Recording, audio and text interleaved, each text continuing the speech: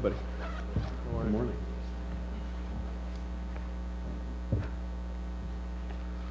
All right. Got a few seconds here.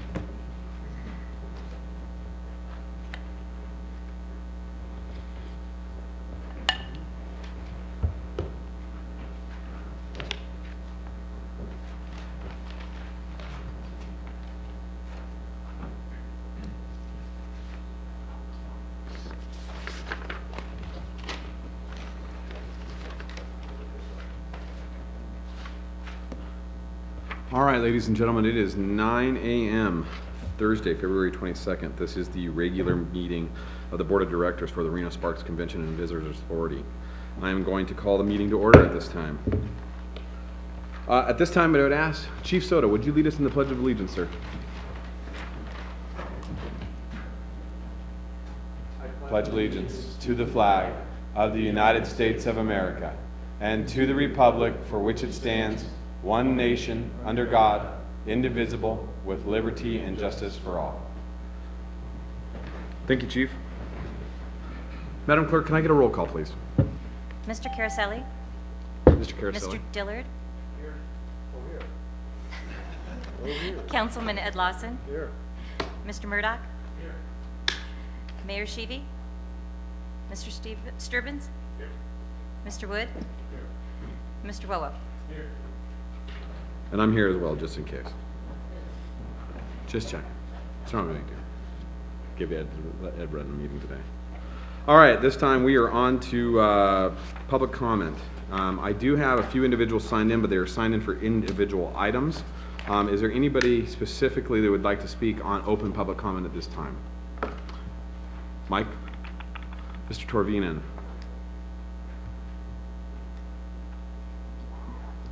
Thank you. Is this on? Yep, you're good to go. Perfect. Thank you. Good morning, Mr. Chairman, members of the board. My name is Mike Torvinen.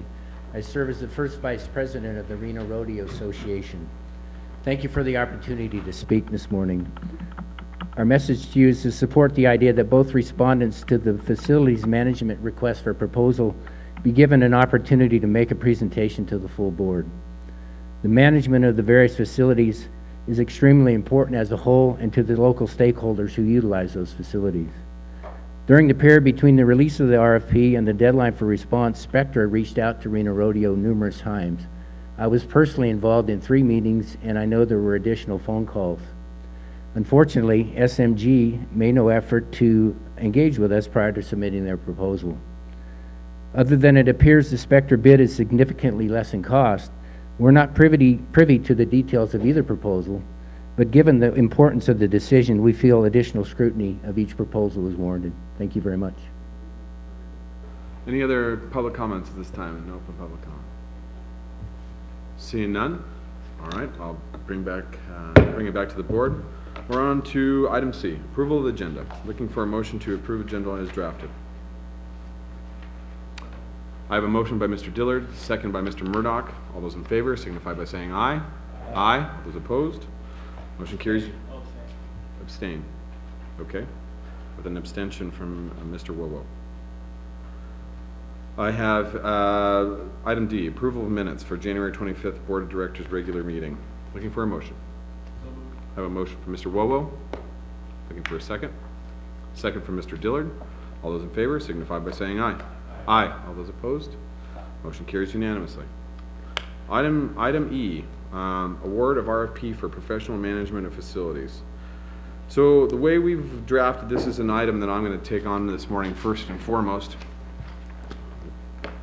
This is an opportunity for, we've had an RFP out that this board approved in a previous meeting in regards to the taking over the professional management of all of our facilities here at the Reno Sparks Convention Visitors Authority. We have gone through the process. This board approved the process and approved the RFP unanimously previously in meetings. We did have 2 respondents to the RFP that went through the entire process. Those 2 respondents have reached out and requested time to speak. So today what we will allow is each respondent 10 minutes to provide a brief presentation to the board in regards to their proposals. However, as the way that the item is agendized today, the consideration will only be for the SMG Worldwide Entertainment Convention and Management Group to be considered, as that is the recommended, staff recommended group to bring forward at this time. There will be no discussion about the other respondent, but we did feel it valuable for them to present to the board today as a whole. So that was going to be the agenda item as drafted today. So at this time, what I would like to do is, are there members of Spectra Comcast Management here today? There are not any members of Spectra Comcast here today. Okay. Are the members of SMG here today? Yes, they are, sir. Okay. So what we do is invite them to come up and present to the board. Give them 10 minutes, and we'll go from there. Thank you, Welcome. Mr. Good morning, everybody. Let me just get this queued up. I cannot talk and chew gum at the same time. Good morning, Mr. Chairman, members of the board. Thanks for having us this morning. My name is Greg Karen. I'm the Executive Vice President for SMG's Convention Center Division. Personally, I've been in and out of Reno for the last 30 years and have seen the growth of this both on a business level and a personal level, watching this whole region grow. I could not be more excited than to be standing here today talking about this opportunity. So I'm going to run through this as quick as I can with a little bit of a northeast speed, but if members would like to interrupt and ask a question through the presentation, it's at your pleasure. If not, certainly questions. What we'll do is we'll hold questions till the end of your presentation. Thank you, Chairman. Thank you. So obviously you have four. Chairman? Yes, Madam Chair. Yes, thank you very much. So it's hard to hear on this conference apparatus, but let me ask you, did you say that the other company is not there? Yes, Spectra is not in attendance. Were they aware that we were going to give them presentation time and Yes, I their wasn't aware of it. their representatives were contacted yesterday. Well, Mr. Chairman, I think honestly, if we're going to hear presentations, to make sure that it is transparent and looking forward, I don't see anything in my packet to compare both companies to. I don't see anything here. Usually we get sort of a comparison sheet Mayor on both. Sheevy, the way that the item was drafted was that this was only consideration for the SMG group today, so that's why you don't have a comparison in your packet. And so the discussion is to just hear the presentations. We allowed Spectra the opportunity. We've gone through the process. Both groups were through the RFP, were given the opportunity. They were signed off on the understanding of the RFP, the process, the selection process in its entirety. And both groups agreed prior to this. This board also approved the RFP process without the possibility of presentation. The presentation was changed and amended to allow both groups, if they so chose, to present. And at this time, Spectra has obviously elected not to participate. Well, Chairman, you know, honestly, I don't want there to be any issues of lack of transparency or this wasn't an open and fair process. I think, you know, honestly, we have a fiduciary responsibility to the board. I mean, if we're going to see presentations, I think it's only prudent to see both presentations in their full capacity. You know, that's what I would like to say. I mean, I think this is done at the very last minute. These are very, very important facilities. We can't afford to get it wrong. And again, I think that, you know, to make it fair and transparent, we should be seeing both of those and comparisons. I have nothing even to compare this to, so it does leave me with some concern. And I understand that you put in place another board, but I do think the board members should be seeing this in its entirety. I think these are very, very important issues. So I have a little concern that we're doing this sort of at the last minute, and I question the transparency process of this. And this is one thing, this board has worked extremely hard of getting it right. We've come a long way. And so, you know, I think you put it on to the next agenda where both of those companies can come in and present, and, you know, may the best company win. Well, Mayor Sheevy, I appreciate your comments this morning. This board did unanimously decide the process. This board, when the RFP Well, I don't remember that process, and I think it's such an important part of what we are doing. Well, it was approved facilities. it was approved last year in So our meeting. I don't support this process. I do support seeing both presentations in their entirety, so that it does alleviate the lack of transparency that's happening here. I'm a little, Well, let me I'm a little Okay, well, let disappointed. me stop, 1 second. Let me have Mr. Dillon, and I apologize. Let me have Mr. Dillon, would you please walk the entire board through the timeline of the process in regards to how we got to where we are, what the process was in regards to the RFP in its entirety, sir? Yes, sir. In November 2017, based upon instructions from the RSCVA Board of Directors, staff wrote an RFP for the management of our 4 facilities. Including others, the RFP was sent to the 4 major U.S. companies that manage venues and convention centers. Of the 4, 3 responded favorably. Those firms included AEG of Los Angeles, California, SMG, and Spectra. On December 5th, 2017, approximately 15 persons representing the 3 companies, Mr. Chairman, previously mentioned, toured the 4 facilities in Reno. This participation was a mandatory requirement for any firm interested in bidding. On January 10th, written bids were due to the RSCVA offices. Only 2 firms, as previously stated, submitted bids, and those companies were SMG and Spectra. Over the next weeks, a 6-member panel reviewed the written bids and scored those bids individually, meaning they were scored by each member of the panel, not together.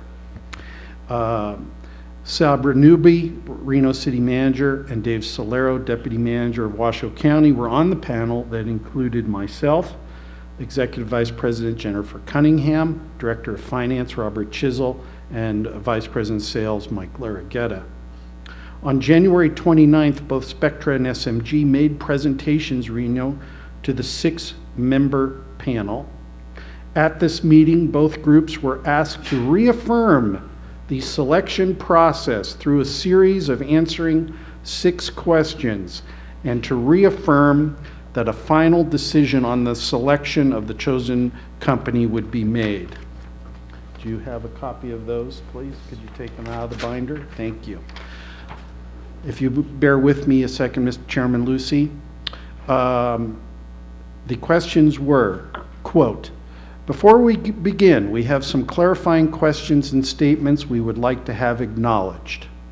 You have been provided all the information you need to prepare your proposal." That was the first question. "For transparency, you have provided no gifts or incentives to any of the evaluators present today." Third question, "You have not tried to unfairly influence the decision-making process. You have disclosed all material facts necessary to make a decision. No communication to any staff or board member outside of the RFP process in regards to this RFP has occurred," is the 5th question. And finally, "Staff is intending to make a final recommendation to the Board of Directors based on your proposal. Is there any additional information you feel should be provided prior to such a decision?" In each of the cases, both SMG and Spectra acknowledged each of these 6 questions to the affirmative, and based upon that, we move forward.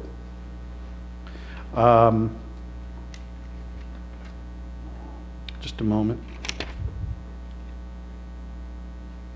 From the presentations, the panel met, scored the presentations, provided the score sheets on the individual scoring, and the panel voted unanimously, all 6 members, to recommend to this Board of Directors the selection of SMG. I don't know how more transparent we could Well, be. Mr. DeLone,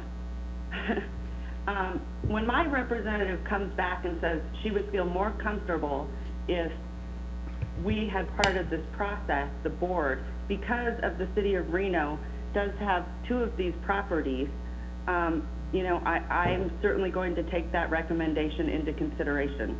I honestly think that we're doing a disservice to this board if this board does not see both of those presentations in its entirety. You know, I'm sorry, but I won't be supporting this. Okay. Well, thank you, Mayor Sheevy. I'm going to go back to where our original plan and allow SMG to present at this time, and we will come back for discussion after the presentation. Sir. Thank you, All Mr. right, well, Chairman. I'm going to have to jump off because I have to be in a hearing, but I certainly hope that someone from this board stands up and really evaluates this process. I apologize, but I guess I don't understand if, you know, SMG is the one, then they won't have any problem coming back in 30 days and give us their entire presentation. You know, I truly believe that both of these companies probably have, you know, something to offer, but when you're asking us to vote on one versus the other, I'd like to see a comparison sheet. What did they come in financially? What were the different services that were offered? So, you know, none of those questions have actually been brought forward. So I apologize. I'm going to have to jump off this conversation to get into this other hearing that I have scheduled in Carson City. So at this time, again, I think this board has done a lot of great work. We have worked really, really hard to bring back the integrity of the RSCVA. I'm very proud of the work we've done. I appreciate your support, Mr. Chairman, but I'm not comfortable. So anyway. Thank you, Mayor Sheevy. Thank you very much for your time. Appreciate it. Thank you. Sir. Thank you, Mr. Chairman. Hopefully that didn't eat into my 10 minutes. You can, we'll Okay. just go from there. Again, you got 4 unique venues, you got 3 very unique clients, and we do believe that we offer one solution that really will benefit all these venues and the destination and the city and county as a whole. I've got a good part of my team here with me. One thing we pointed out for the committee when we were here is none of us are here just to sell and to get a management contract. Every person that's here has a long-term interest in helping to manage these facilities, provide oversight, input, and expertise. Each of us has various backgrounds. I actually have my own personal liaison with USBC, with both Chad and with Greg Moore. Greg's actually moving into our building in Syracuse, New York right now. You can see the cute little logos we put over. Lisa handles the equestrian livestock expertise for us. And to answer the gentleman from the rodeo, as Mr. Combs knows, we understood it to be inappropriate and possibly unethical to reach out directly to the rodeo until after a decision was made. So we reached out only after a recommendation had gone to this body. Your objectives are our focus. Obviously, bottom line, increasing revenues, increasing customer service, bringing new events in. You'll find if you look into our proposal, if you talk to us, more importantly, talk to our customers. Talk to our customers who are the cities that we serve, the CVBs that we partner with, and the events that actually rent our facilities, and you'll hear who we are in all of these industry sectors. Quick overview of the company. Again, our company actually is the company that started this industry. It started at the Superdome in New Orleans in 1977, just celebrated our 40th anniversary. And you can see where we are today with 241 venues worldwide, including 76 convention centers, 70 arenas, and you can see the rest of the numbers on the screen. We put a play on your own local motto. We're in big little cities and little big cities. We do run the gamut from Punta Gorda, Florida to Chicago to San Francisco, and we think that Reno would complement our network very nicely and work well with our customer base. Contract tenure and trust is also important. As you know, in the public sector, contracts are limited in terms of both term and terms. We give you an example here of just the length and term that we've served a number of these other municipalities, New Orleans, San Francisco, Long Beach. Each of those included renewals every 3, 5, or 10 years that would restate the city's belief in SMG as delivering upon our promise. Unique resources, again, we went into greater depth in all of these, but I'm giving you a quick overview. We went through this with the committee and in our written proposal. All of these are proprietary systems that deal with the operation of our venues, the sales and marketing of our venues, the customer service, the training, everything that goes into running these. We run like a fine hotel chain, and in fact, if you know our history, you know that we were actually founded by A.N. Pritzker, the patriarch of Hyatt, And that's sort of the spirit that still lives within the company today. Nationwide presence, again, just quick dots on the map, give you an idea of where we are. Absent one spot in Nevada, and with everything we've got going on in our company in the western half of the country, the western third, I've got John Adams with me, who's one of my regional vice presidents based in Denver.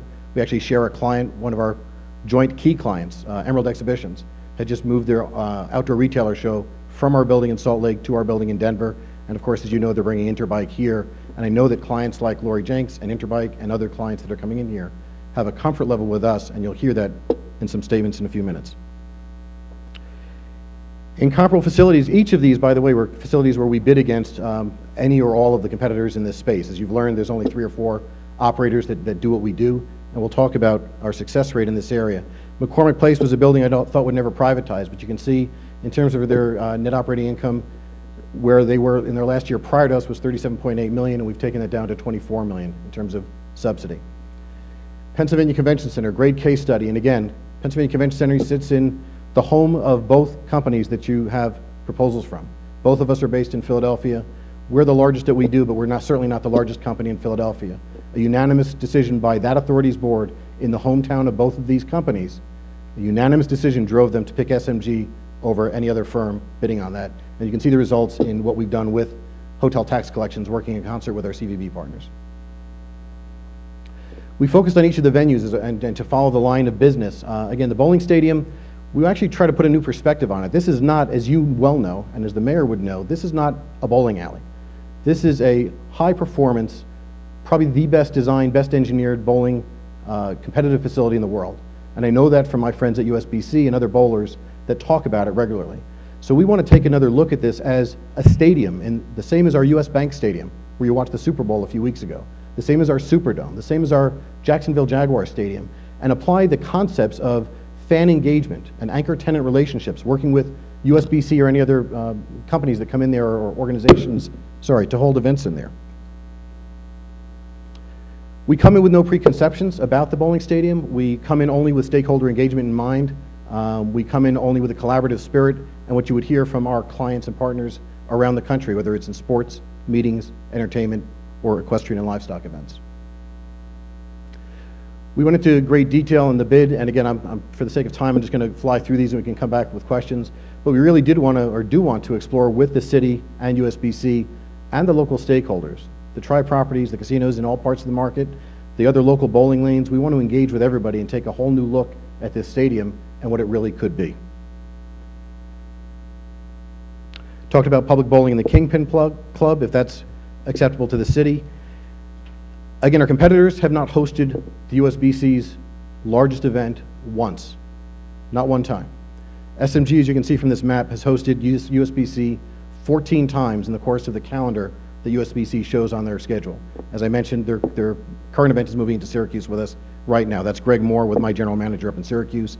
That's a very nice letter from Chad Murphy expressing their support and understanding of the fact that we understand their business and that we want to partner with them to grow bowling and to grow bowling's relationship with Reno and Washoe County.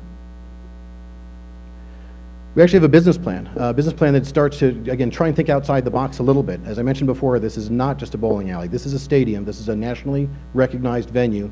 You're about to put some money into it to help expand the possibilities and upgrade the facilities. And we really want to look at that from a new perspective in terms of doing special events, doing events in concert with the casino community and with other local stakeholders. I talked at great length with Greg from USBC about some of the things that have been talked about over the years here, and it seems like there were some great conversations a number of years ago with looking at other niche bowling events, whether it's the National Senior Games or the American Wheelchair Bowling Association, and that seemed like they had really some legs at that time. We would like to use our expertise in putting on special events and the support of USBC to help put some of these events together and get Reno on the map for more of these specialized events to help fill the calendar both during off years and off seasons. We also want to expand the social and corporate utilization as you renovate and expand the concourse and put money into it. We want to make this more of a community venue. We want to open up on Nevada Day, maybe do a Halloween bowling event. You see a young lady there in a Viking costume ready to go bowling, and we'll see if we can get some other costumes other than just Vikings on 10-year-old girls. So next we're going to focus on the Reno Event Center. I've got my colleague Jim McHugh, who heads up our entertainment division, and I'm going to switch right to his section to keep things moving. Jim? Thank you, Greg. My name's Jim McHugh. I head up entertainment for SMG. Unique among your bidders, we are the only ones that have a dedicated booking department. That's 3 executives located in our corporate office and 5 executives across the nation that are regional booking managers. Steve Tadlock, who's the lower picture there, he was here presenting to you in our earlier presentation. He is the regional booking manager for me, along with the other 2 executives that would specialize on all our Western facilities. We're dedicated to bringing more events and more revenue to your venues.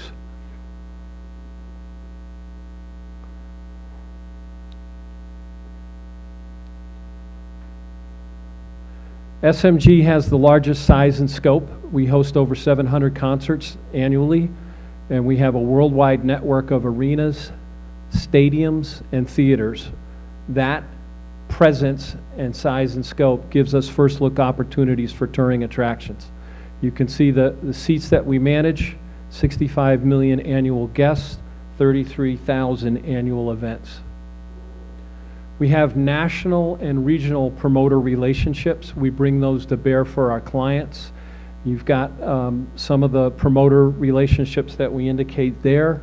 These are regional promoters and event producers that we interact with daily. But what we bring to this table today is a relationship with the number 1 worldwide concert promoter in Live Nation. They've submitted a letter of support to us, which indicates working with us, they will bring more events and more focus to the Reno Event Center. We know you have a relationship with Ticketmaster. We respect that relationship. We are Ticketmaster's #1 client. We feel they are the #1 brand in ticketing. We're not exclusive to Ticketmaster, but we very much appreciate the size and strength of their brand. You can see some of the statistics there that back up what we're saying. We work very closely with Ticketmaster. TM Fan Match is one of those unique resources that we have because of our relationship that could benefit the Reno Event Center by identifying walk-up customers and putting them into your mailing list.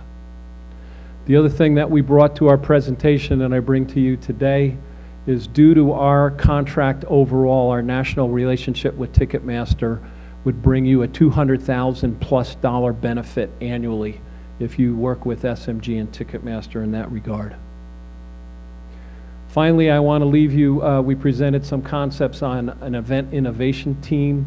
These are 12 special events that we've created and roll out to our facilities. We're not presumptuous to think that everyone would apply here, but we have these produced and ready and documented as proof of concepts, and we'd like to work with your CVB and your stakeholders to identify what of those events might be appropriate to use here. Greg, I'm going to turn it back to you.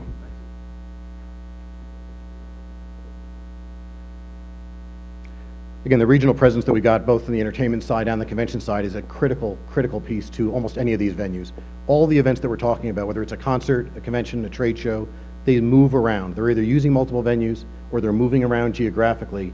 You want to be a part of a chain, a brand, a franchise system that offers you this movement of events between venues, because that's going to benefit Reno and the facilities that you have here. And there's our missing star. Quick couple of success stories. We won in a competitive bid the Greek Theater, fairly well-known venue in Los Angeles, and have maximized that. We won that in a bid against all our bidders in our industry. I would like to now focus on the Reno Sparks Livestock Event Center, and Lisa Williams is our equestrian and livestock queen. We're going to hand it over to her. Again, thank you for having us. I just wanted to again speak out. SMG is the only one of the management companies that has a dedicated division that handles equestrian events and equestrian venues. 14 years ago, they asked me to come on board. I had been a lifelong equestrian up until then, and throughout the last 14 years, we've had great relationships, really seen a lot of the industry growth and a lot of the changes. We feel like we're on the forefront of bringing the best of new events, new innovations, new ideas that can come to an equestrian center that might actually take it out of just that equestrian niche, but also bring in some of the new social media, keep a lot of the authentic pieces, but engage those spectators that we really need to grow this division. So again, our leadership, we're a leader in expansion and growth. We have the knowledge to know what it takes to compete in livestock, both equestrian, English, and Western disciplines. Two of our very, very prominent partners are the Houston Livestock Rodeo and the Silver Spurs Rodeo that we've worked with for years. Again, on with both of those groups, we serve as a support partner. Again, we recognize the Reno Rodeo is an iconic piece of the history of this region and also a key component of this venue. We're really excited to be a part of that. When we talk about what do we bring to the table, we have national relationships. Once we become a partner with this venue, we then open the door to a lot of the relationships that we have both with promoters, vendors, spectators. So already we've kind of set the stage with our partners that this facility may join our network and are so excited because we feel like it's a great addition. We will showcase your venue to partners that look to the SMG brand. I do have different promoters that will reach out to us during the year, whether they're opening a new territory, need a new area, whether East Coast or West Coast. It may be a finals event that has to be on one side of the country on one time of the year and then needs to move for the next 2 years to the East Coast. We have those relationships that we can bring those events. We're excited to do that. And again, we will spotlight this event. We will help the event and the venue both be at a high point for equestrian investors. Again, some of our partners that we've worked with over 14 years by the way of sponsorship or events. You can see them up there, Pirelli, Symbiont, MBHA. Again, the key thing is I think this venue really does have some large decisions in the next short-term period about capital improvements. We've taken venues from 100 stalls to 450, from local to regional, and we feel like we're very well poised to help you make that transition. Thank you. Thanks, Lisa. Keep things moving. You have a boutique venue here called the Reno Sparks Convention Center as well. Just want to give you an idea of where SMG sits amongst our peer set in this space. This first pie chart shows you how many venues in the convention center industry SMG manages versus our competitors, Spectra in orange, VenueWorks in gray, and AEG in yellow. What's more interesting, though, is if you go by square footage, I call that the Pac-Man effect. It sort of chomps down a little bit. We run about 20 million square feet of exhibition space. Our nearest competitor runs about 3 million. To put that in perspective, that's my first 2 largest venues, and I have 74 more venues. That network is as critical to you, as you'll see in a minute, as Hilton, Hyatt, Marriott in the convention and meetings space on a national level. We have 92% municipal clients, so we deal almost exclusively with clients like this authority. And we have a 90% renewal rate, which I think is admirable in almost any industry.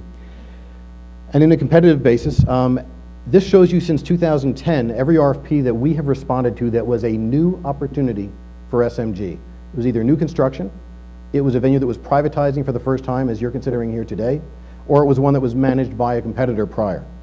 You'll see that there are 19 RFPs on that list.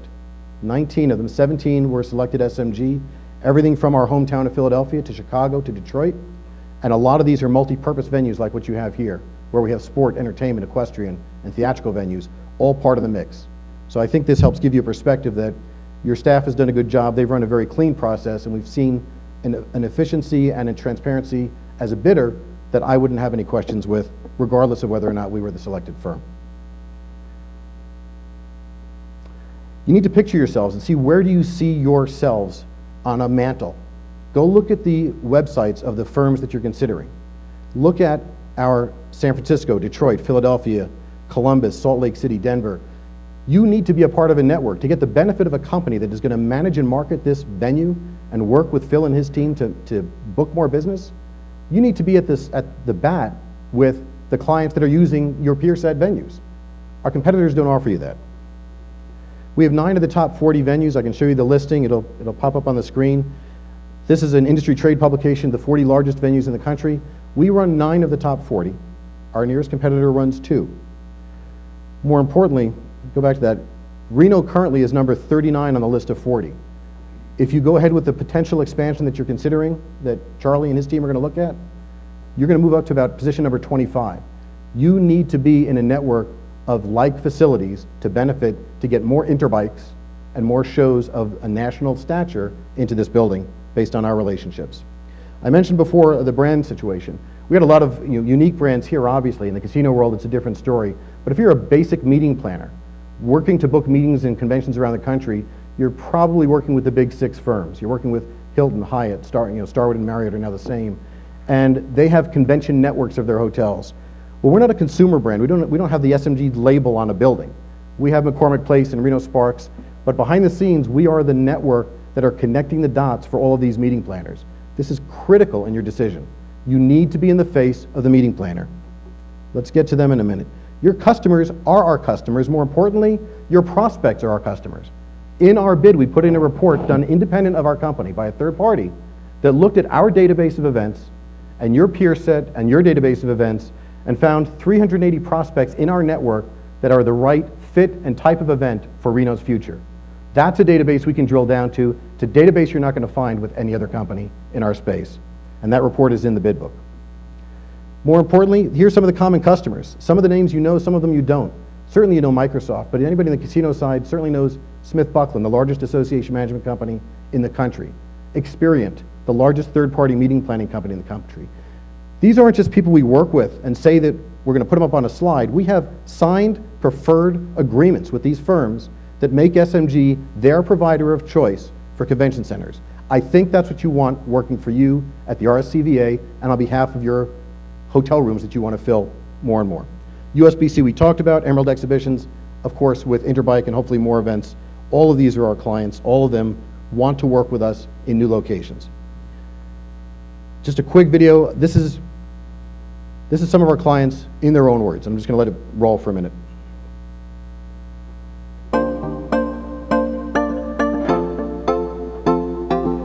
When we work with SMG, we're going into a building where we understand the professionalism, we have high expectations, and they're met by a team of professionals at SMG. When you see that SMG manages a facility, whether it's a stadium, performing arts center, convention center, you know it's the highest standard of management available. We're a large multi-city organizer. We use a lot of different venues around the country, and as it turns out, over time, more and more of them were being operated by SMG. There's that, the leadership, the understanding of customer service, the eventual experience that that customer is going to have. And then if there's challenges, we know that we can escalate those, and those relationships are there to resolve any differences or challenges that might come up. It also makes it, frankly, simpler for us as an organizer, in our case, dealing with multiple venues, that we know that we can go to one point of contact. We tend to favor SMG because it's easier to work with them, it's easier to trust them, we've built the relationship, we know what life is going to be like with them.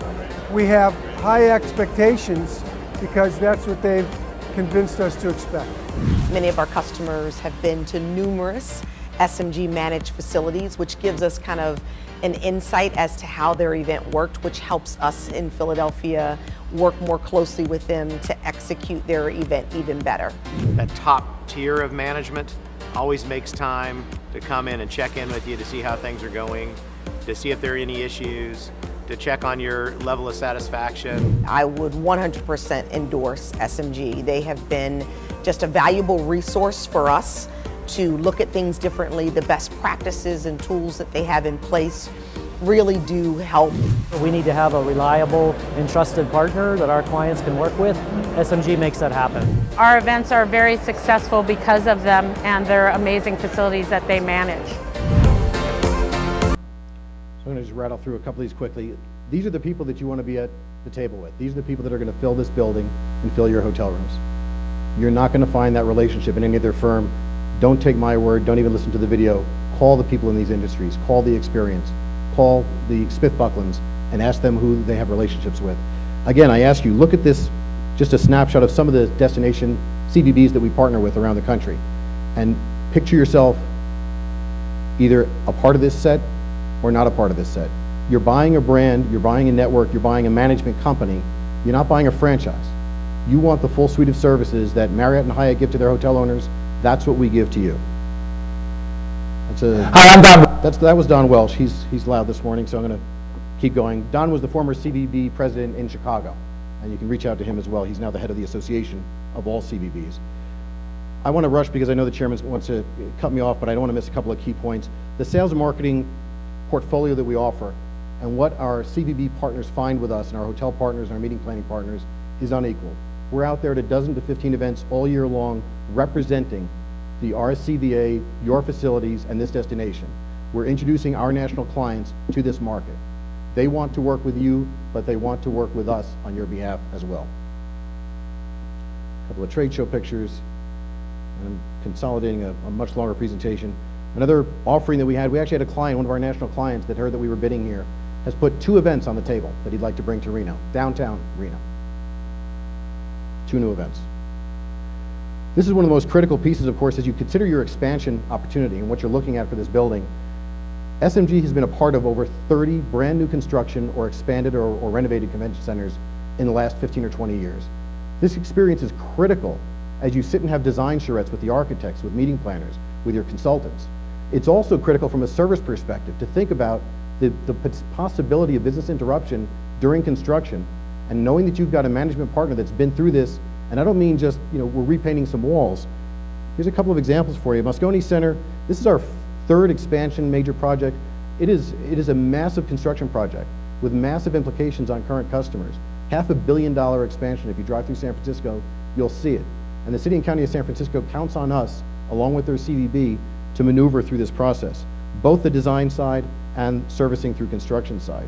Cobo Center, we just did almost a $300 million expansion, and the numbers at Cobo Center are going through the roof in terms of new business. Pittsburgh tore down and rebuilt from scratch, and we had to maintain event activity through that construction. Literally had to run half the building, build the new half, then tear down and replace and run through that process. $400 million project in Pittsburgh. Closing on, Mr. Chairman, the 5th line of business, of course, is food and beverage and culinary services, of which we have no peer. We do San Francisco, Moscone, Long Beach, a number of first-class facilities, inclusive of food and beverage.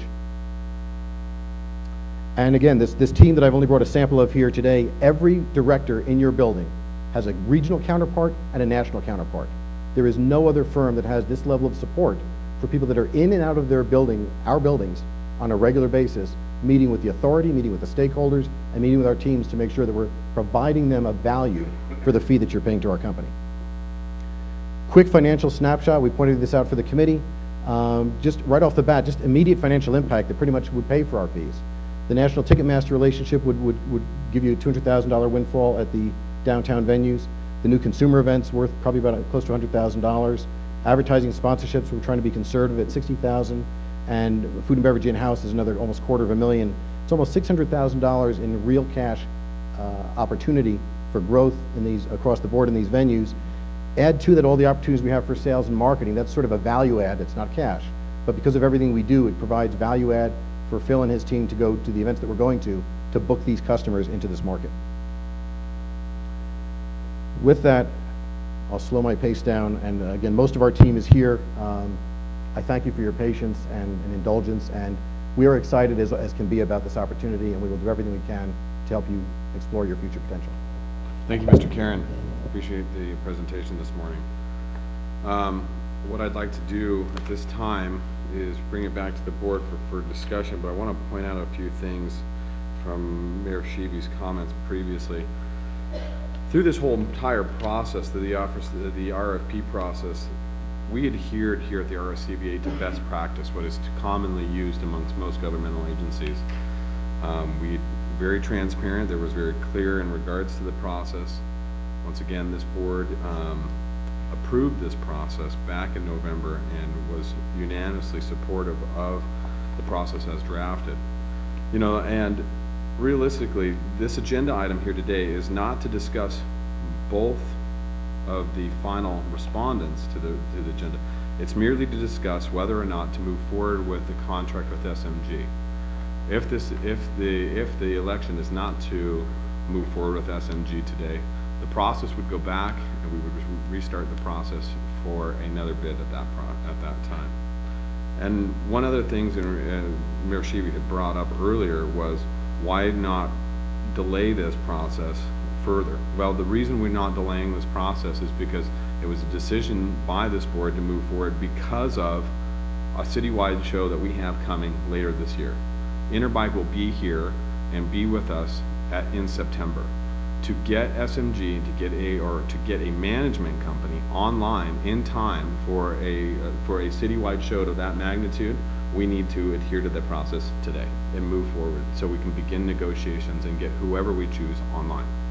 So that was the reason for the timeline in the discussion today, not for any other reason but that. So at that time, I'm going to open it up for comments to any board member. Oh, actually, one thing I do. These are not for. This is for F1. Mr. Chairman. Yes. Whenever you feel is necessary, I have some closing remarks about the selection process, and also we have a presentation by the Director of Finance on the finances of this process. I'd like to, go ahead. We'll go ahead and take that now. We'll do that, Mr. Are you sure? Yes, and then we'll bring it back to the board. Whenever, all right. After the 6-member panel voted unanimously to recommend to the RSCVA board the selection of SMG, I think it's fair to point out a couple of key reasons why. Some of those you heard in the presentation, but SMG manages 20 million square feet of convention space and is the largest company of its type in North America, and manages 6.6 times, that's over 600%, the amount of square footage that their closest competitor even manages. Further, Spectra only manages 2 convention centers in the entire United States that are even similar in size to our Reno Convention Center, where SMG manages numerous buildings that are of the same size, as well as many that are larger. They manage the largest convention center in North America at McCormick Place in Chicago at 2.6 million square feet, and they also manage the largest convention center in the world in China at 4.6 million square feet. The Chinese, based upon their investment, could pick any management company from any continent in the world, and they chose SMG. I think that is a testament onto the company itself. Further, SMG has the extensive depth of resources and depth of experience that Reno needs. As we conduct our Reno Convention Center remodel, SMG has a division, as we have seen, that remodels convention centers and provides guidance every step of the way. That is absolutely critical to us. And when it comes to new construction and expansion, SMG outshines its competition with a division devoted to that work too. They were the only firm that could prove that they actually had divisions doing so. SMG has expanded or extensively remodeled nearly 30 convention centers in the last 15 years. No one else can make that claim. What is of greatest interest is the reaction by our customers, who we at the RSCVA serve, and we also ultimately must answer to those customers. Downtown Reno's single largest customer is the United States Bowling Congress, and they endorsed in writing from the desk of the president SMG as the company of choice, having experience with them in a variety of other cities, as Mr. Karen pointed out. And they have hosted more USBC events than anybody else other than Reno. That gives the USBC their comfort level. Further, Emerald Expositions, the last statement up there was Lori Jenks, the Executive Vice President of Emerald Expositions. That is Reno's single largest convention customer in the form of Interbike, which comes here every year for the next 5 years. And she fully endorsed the selection of SMG over the other competitors. And she has experience with SMG through the Outdoor Retailer Show, which has been in both Salt Lake City and Denver. And we have to be conscientious of making sure that Interbike is happy with our selection. Further, Live Nation, to reemphasize Mr. Karen's remarks, they were the largest contractor of celebrity entertainment in the USA, and the packets included a beautifully worded, warm letter of endorsement from the president of Live Nation, and we have been trying to do more work with Live Nation at the Reno Event Center, and the president of Live Nation has opened that door. In checking references on both companies with our local trade show decorators, we know them as Freeman Decorating and GES, both firms had had excellent previous experiences in nearby cities with SMG, and both firms struggled to even realize who Spectra was. Sorry to say, but that is the fact. SMG runs many major convention centers north of Los Angeles and Las Vegas, a positive fact that drives synergy in business for our city. They have run Moscone Center in San Francisco, considered one of the jewels of the West Coast since 1981. They operate Salt Lake City, which is one of our major competitors. They operate Long Beach, a major competitor, and they operate the new center in Denver. All of those fit into the SMG portfolio. All of them trade business back and forth. We want to be a part of that family. For our employees, SMG has a great track record. Not only great, it's the greatest track record and the highest reputation of keeping employees and making them happy with the transition to private management. For example, they cover our employees' medical benefits from day one, and they are the only firm in the bid to do so. These are just a few of the reasons why we are recommending SMG. They have the experience, they have the knowledge, they have the resources, and they have the reputation to make our facilities best in class. And I hope that is what we are striving for, best in class. They have the experience to take our facilities to the next and best level over the long term as we grow. As the president and CEO of the RSCVA, my recommendation stands, and I fully endorse the selection of SMG. Thank you, Mr. DeLone. Mr. Chisel.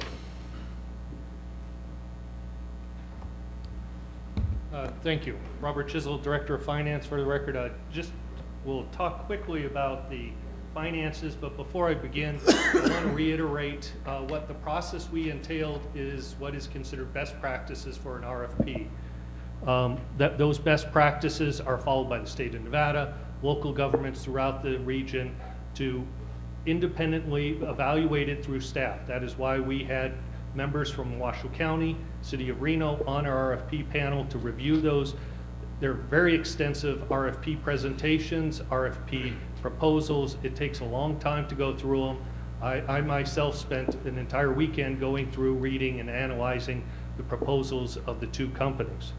The scoring sheet was developed prior to receiving the bids. The reason the scoring sheet was developed prior was so that there was no idea that would be tainted one way or the other or biased toward one company or another. And those scoring sheets are based on performance, not just on cost.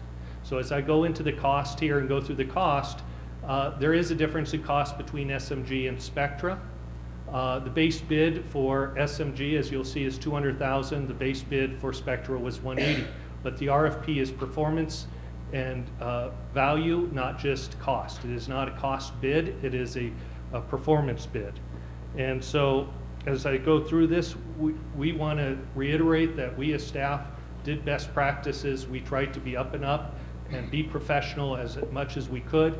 When we did the RFP mandatory pre-bid walkthrough, we rented a bus so that nobody would hear a conversation that somebody else didn't hear, so that we could take all potential bidders around and view our facilities and hear the same thing. So we at all times were very professional, above board, and followed best practices. So just quickly now going into the fiscal impacts and terms. I'm just going to kind of quickly go through this because I know it's already been a long time on this item. First off, our facilities. Our 4 facilities lose about $3.5 million a year. So if you see there, the current budget loses about $3.2 million. If you look for the last 3 years, the average loss has been about $3.5 million a year. That's just historically what has been going on with our facilities. What we're going to focus on is that 3-year average. As we go into this bid, we want to make sure that that number improves from year to year, and that's why we're bringing in professional management. So there's a couple of items that are going to be impacted as part of the payment for the management and operation of our facilities. One is a base management fee. The base management fee for SMG is $200,000. As I mentioned, the base management fee that was proposed from Spectra was $180,000. So very similar.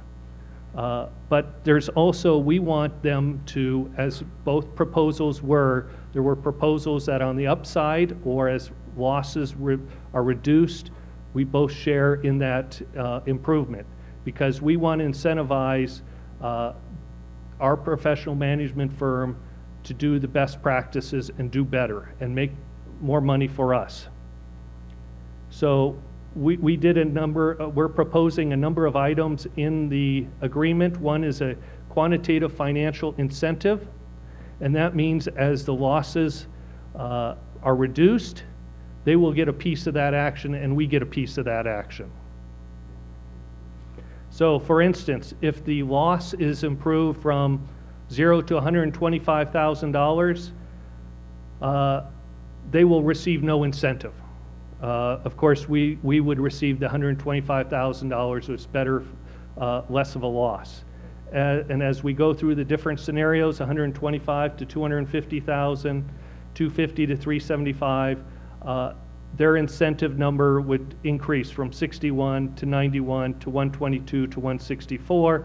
And off to the right, I kind of showed what the share is that we would get based on those improvements. So if you look at the best overall is if they improve $750,000 in the overall loss of our facilities, they would receive an incentive of $244,000. We would receive the remaining $500,000, or about 70% of the upside. We also identified a quantitative sponsorship incentive. This one's a little bit easier to identify, and we are looking at trying to brand our facilities a little bit more, whether you want to call it for the Reno Event Center, the Livestock Center, the Convention Center. So they will be paid upon successful improvement in sponsorships. Currently, we receive about $236,000 a year in sponsorship and signage. And again, they would get 20% of the upside, and we would receive the 80%. So as you see going through there, what the overall improvement is to the RSCVA and how much we would earn. But we don't want to just look at money. We also, as we talked about, we want to provide a quality professional facility management firm for our customers. So we're also wanting to identify some key performance indicators, a scorecard that would be identified and reviewed. The scorecard would be reviewed with staff and brought to the board for board's approval as to whether they agree with that performance scorecard, and they would be given a qualitative financial incentive. As an example here, I just put 1, 2, 1, 2, 1, 2. This would show a score of 75, and then based on that score sheet, they would receive a potential incentive based on approval from the board. So just after all that, I developed a couple of scenarios just to give you an idea of what this means to us. Scenario 1 is if nothing changes. Scenario 2 is if there's a slight improvement. And scenario 3 is the highest amount that we would end up paying SMG if everything came to fruition.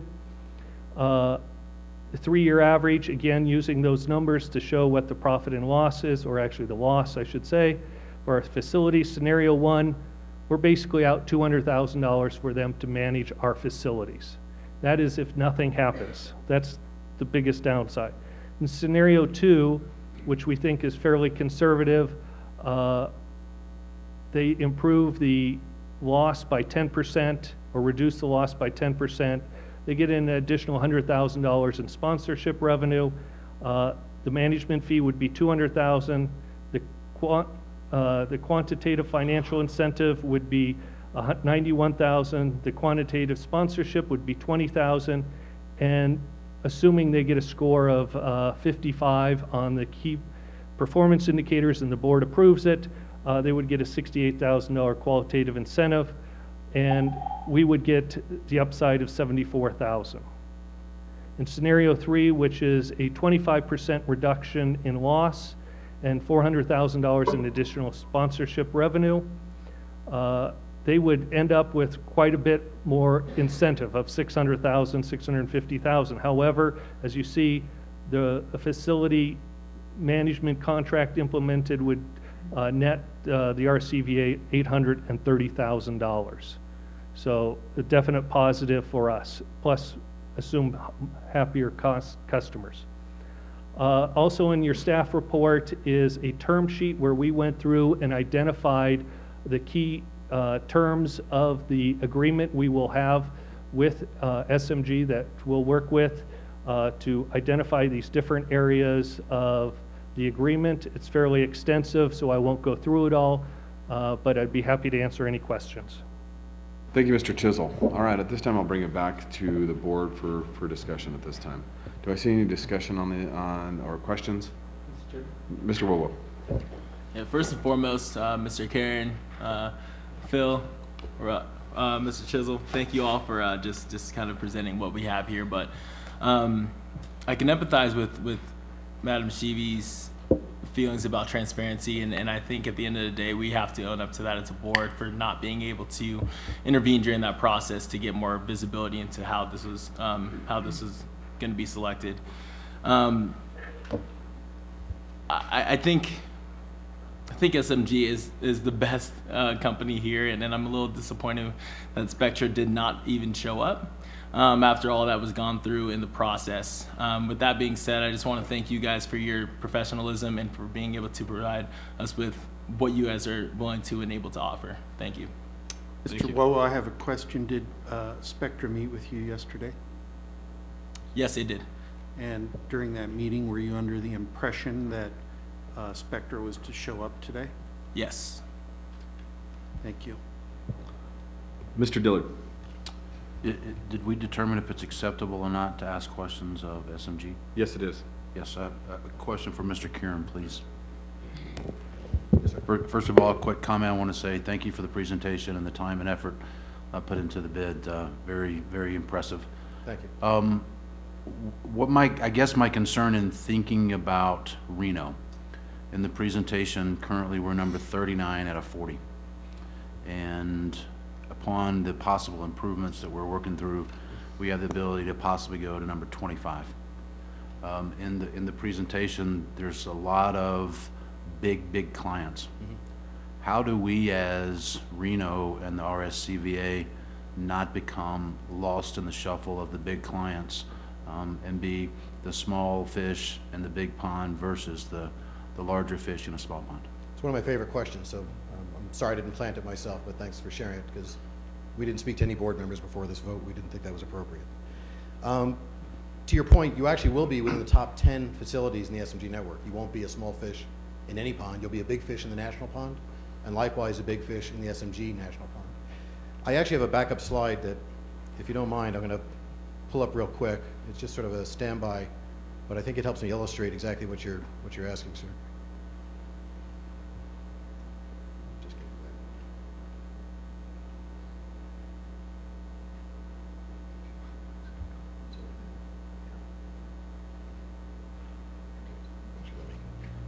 Let me get it right to the slide.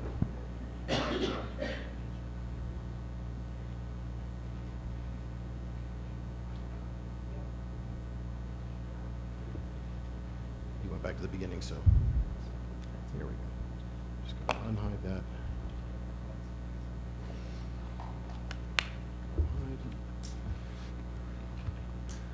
Thank you for your patience. Okay, so not just in our world, but in the world of meetings and conventions, I usually talk about businesses in 3 buckets. And I call them either stationary, rotational, or multi-locational. And I'll define each one of those and you'll see what I mean. Stationary is the National Restaurant Show is our building at McCormick Place every year, has been for 100 years. It's not going anywhere. The Washoe County Realtors Association is not leaving Washoe County. The Reno Rodeo hopefully never leaves Reno. It's part of the name. So those are pieces of business that aren't going anywhere, and that's one segment of our space. But it's the other two that you actually will benefit by joining our network. And again, the best place to verify this is by talking to our CVB partners. I always say if there's a concern for you about competitiveness, wouldn't you even be more concerned if you were one of our existing clients, if you were Long Beach or Moscone or Denver or Chicago? But they actually get and have already seen the benefit of the relationship with us to the point of what I'm going to mention. So rotational business is an event that does move around every year. That's most national associations. Put the restaurant show aside. Most national associations, the podiatrists, the architects, the engineers, they go from city to city because they want to move around to where their membership is. They want to be in the East Coast one year, in the West Coast, the Midwest, the Southeast. So that's rotational. Multi-locational is somebody like Emerald Exhibitions. Lori and her company do 9 shows with SMG venues around the country, 9 a year. They're a professional trade show company like all those other people you saw in the video, like Experience as a meeting planner, like Reed and UBM. These are companies that are doing the same show sometimes in 4 or 5 or 6 or 10 markets around the country. We have a consumer show promoter that does 40 shows a year, and probably more than half of those are in our venues. So as Phil alluded to before, it is that relationship that will benefit you in the same way the national hotel chains use their national sales organizations and their relationship with national clients. Because if you want to have a swing at the bat, we're going to be meeting with those clients that were in the video and many others like them. And they're going to be asking us, where can we go with SMG in the West? Where can we go with SMG in the East or the North or Midwest? And those are the conversations, and the same thing is true, by the way, in Jim's world for concerts and entertainment events. They're going to go to the path of least resistance. If you're shopping for anything, you're going on Amazon or you're going somewhere where you can find things the easiest. If I'm a concert promoter or a meeting planner, I'm going where I have the biggest menu of opportunities, and I can knock out 30 cities for a client in one phone call, one email. That letter I showed you with two shows happened to just be a client that heard we were bidding here. Hey, I thought about going to Reno. If you guys are there, I'm in. Sent us a letter days before our presentation. That's just how it works. And I can dig further, but you can tell I can talk, so I apologize. Very, very helpful. Thank you so much. Any further questions from the board? Mr. Dillard, did that answer your question? Absolutely, yes. Thank you. Thank you. Thank you. Mr. Murdoch. Thank you, Mr. Chair. Just a couple questions. We're always worried about air service here, as you have that great convention circuit there, Greg. Do you have any opportunities to help us with the airlines that would be good for Reno Tahoe International Airport as we grow in Reno and you guys come in to help us? Sure, Mr. Murdoch, that's a great question. I couldn't stand here and say I can call American or Delta and say, we need more service in, but what I can tell you is we deal with a lot of major hubs and a lot more spokes. Either secondary hubs or airports like this. If you look at our network of Cleveland's and Toledo's and even Pittsburgh's, where it used to be a U.S. Air hub, but it's not.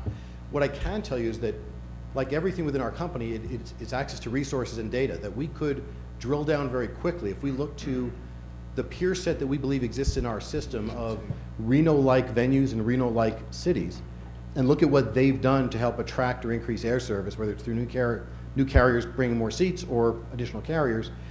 And I wouldn't stand here today and say I'm an expert in the airline industry, but I can tell you that I can make 5 calls to Phil's counterparts that are my partners in these other cities and say, what did you do to get more air service back into Pittsburgh or Cleveland? So we are used to dealing with it both as a part of the machine to help lobby for it with the airlines.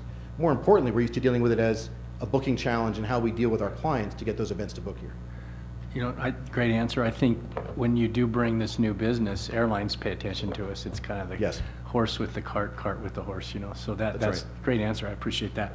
Second question is the entertainment question, and this is exciting to think we could get some more entertainment into the Reno Tahoe market. And as you have Live Nation as a partner, they're partnered all over the corridor here, all the way down to Golden One so it'll be interesting to see how we compete for that, because you'd be always worried about the cost of entertainment going sky high, but I mean, it's all about seats, it's all about the names, and so that's just a question, hopefully we can make that all happen, and maybe it's a rotation. I mean, sometimes we run into situations where an entertainer's in Vegas, but because of a radius clause, we can't get them here. So maybe that becomes something you guys help us with. That's right. I mean, there's two different distinct markets, Vegas and Reno, and when you got a radius clause, you know, it kind of, it puts a little dent. Exactly. And if I could make 2 points, Mr. Murdoch, to that. Number one is we gave a great example to the committee, the Tucson Convention Center, which is a convention center and an arena and a couple of theaters, was city managed for a number of years, and they had some issues. They went out to bid, just like this, unanimous choice for SMG. And the people at the building in Tucson were city employees at the time. They said, you know, we felt like we weren't getting any Live Nation business. I mean, they used the word blackballed. It's an old-fashioned word, but they certainly weren't on the rotation. After we came in, Jim, I think we put the numbers in the bid book, but do you recall what the... Yeah, they basically had, I want to be sure I'm speaking exactly, 2 years prior to SMG, 4 total concerts. With SMG in roughly the same time period, 11 total concerts. So there's an absolute impact. And then from a regional standpoint, you're exactly right. Right. If the concerts are touring from Northern California through here, we're going to look to plot those out and help capture as many of those dates as we can. And as we work with AEG as well as we work with Live Nation, are you guys as strong equally with all the three big? Yeah, and that's part of the beauty, I think, of why we got the Greek Theater, actually. I mean, we are, from a pure standpoint, we are neutral. We are Switzerland. I mean, we are a venue manager. We're not in the entertainment business, except to have an entire team of people that are charged with booking 1.5 million seats every day of the year. Thank you. I really do thank you guys for this presentation. Appreciate the professionalism and from day one, and this is very enlightening. Thank you, Mr. Chairman, for us. Appreciate this time. Thank you, Mr. Murdoch. Mr. Caroselli. Yes, thank you for the presentation. It was great, educational. Thanks, sir. But I'm confused. I have kind of two questions here. Number one, we had representation from the county, right? Washoe County, and we had representation with a city manager and another person from the city, right? And we have representation from the RSCVA, the three entities that are responsible or are working with these facilities, right? And they all voted 100% yes, right? Seeing all the information we saw and answering all the questions that they did. So I'm quite confused that the city got the feeling that we weren't following the right, correct policy, or there was no transparency. That's number one, where I'm confused. Number two, I'd like to ask you and Mr. Lawson and Mr. Kennedy, from a legal standpoint and a public entity standpoint, where did we cross the boundaries of transparency during this process? I don't understand. Maybe there's something there I don't understand. Well, where did we? Did we follow all the processes that are correct, followed by Washoe County, City of Sparks, City of Reno, our legal counsel? It appears that we have, but what am I missing?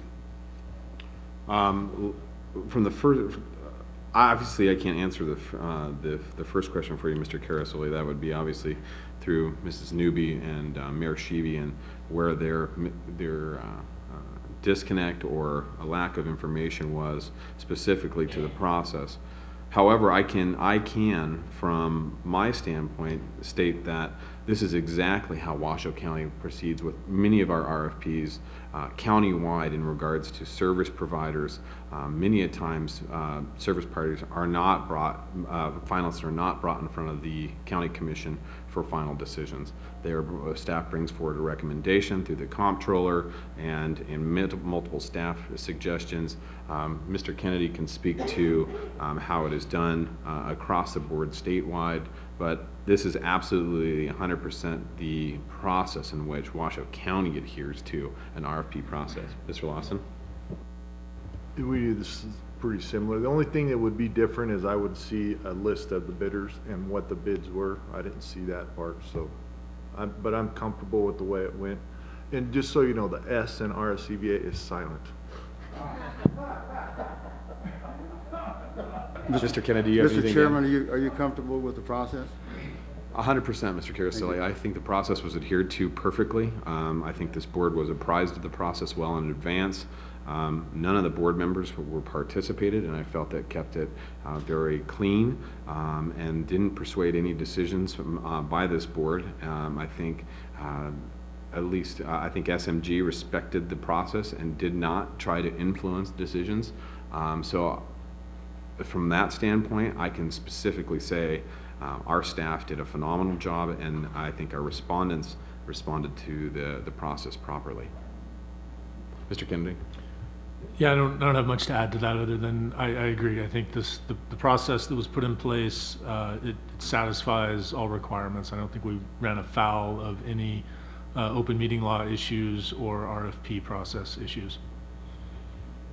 Thank you. Thank you, Mr. Caroselli. Any further discussion, questions, or just topics at this time? All right, I do have one individual signed in for public comment. Mrs. Ziz Shiraz? Azi?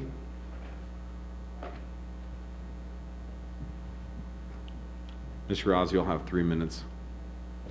Thank you.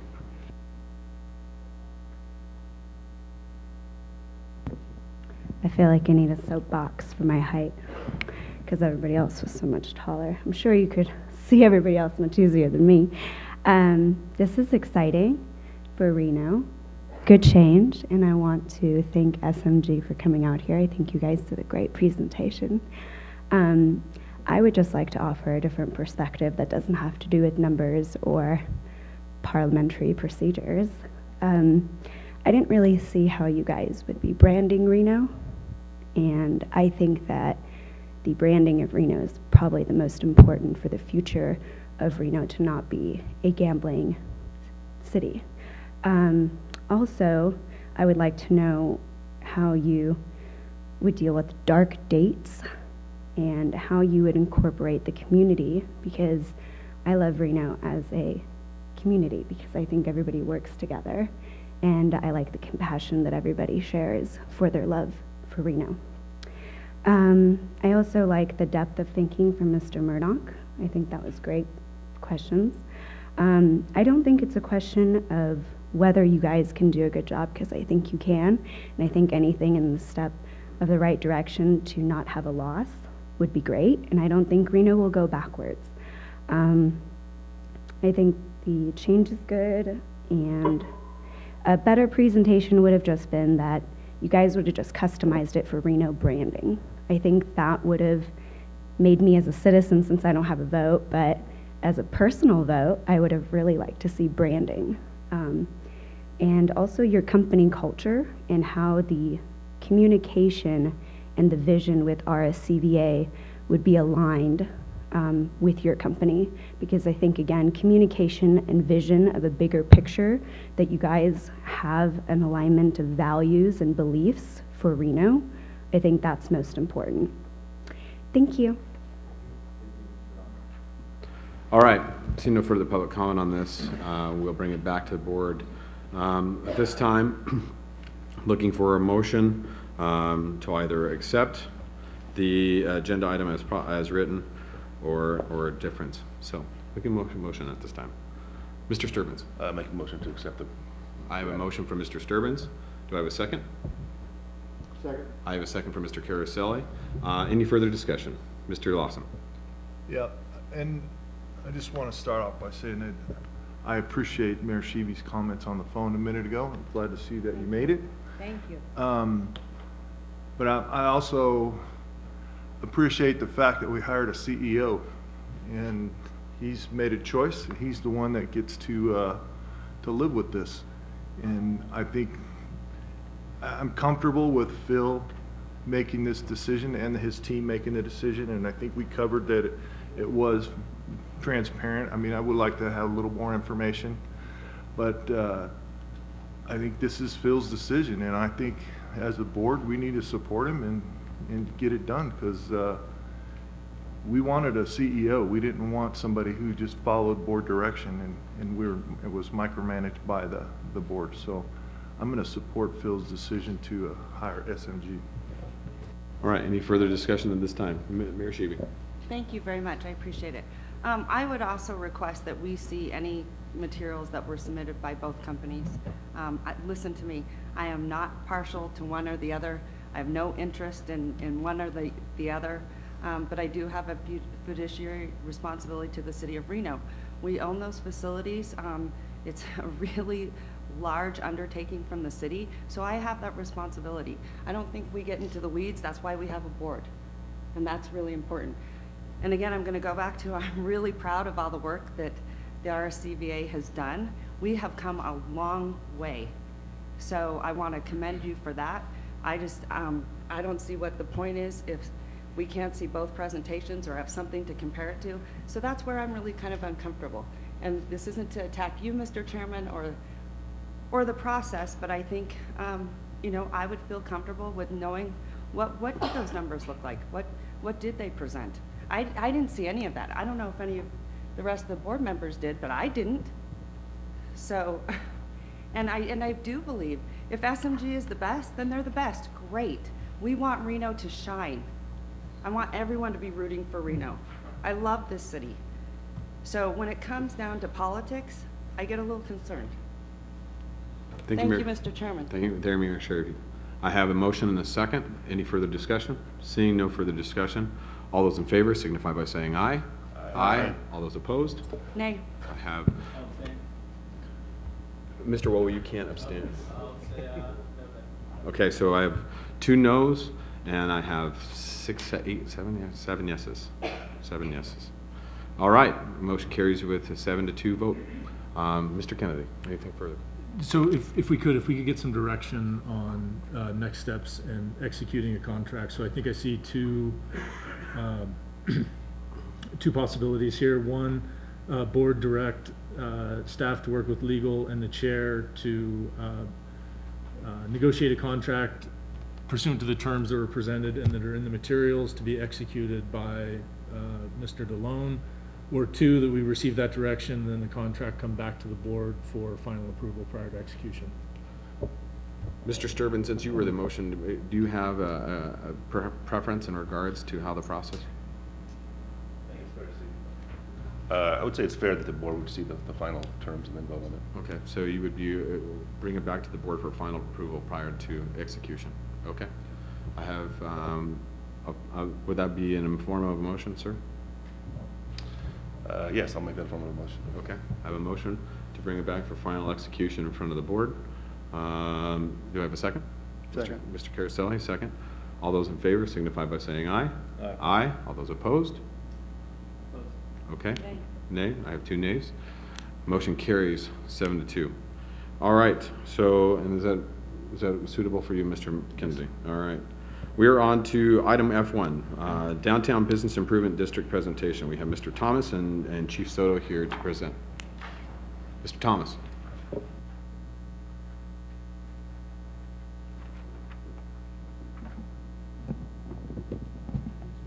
Yeah, a little technical assistance here. So just hit that.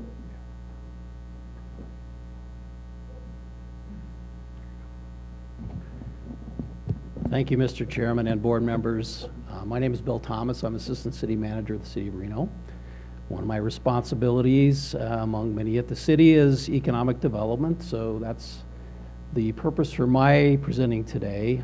Also along with me is Chief Jason Soto, and I've asked him to embellish a little bit what I'm going to present to you because I think he has the direct and probably most valuable information about what the police department is doing, and that is kind of the end of the day what we're really talking about here is police services and how we do that.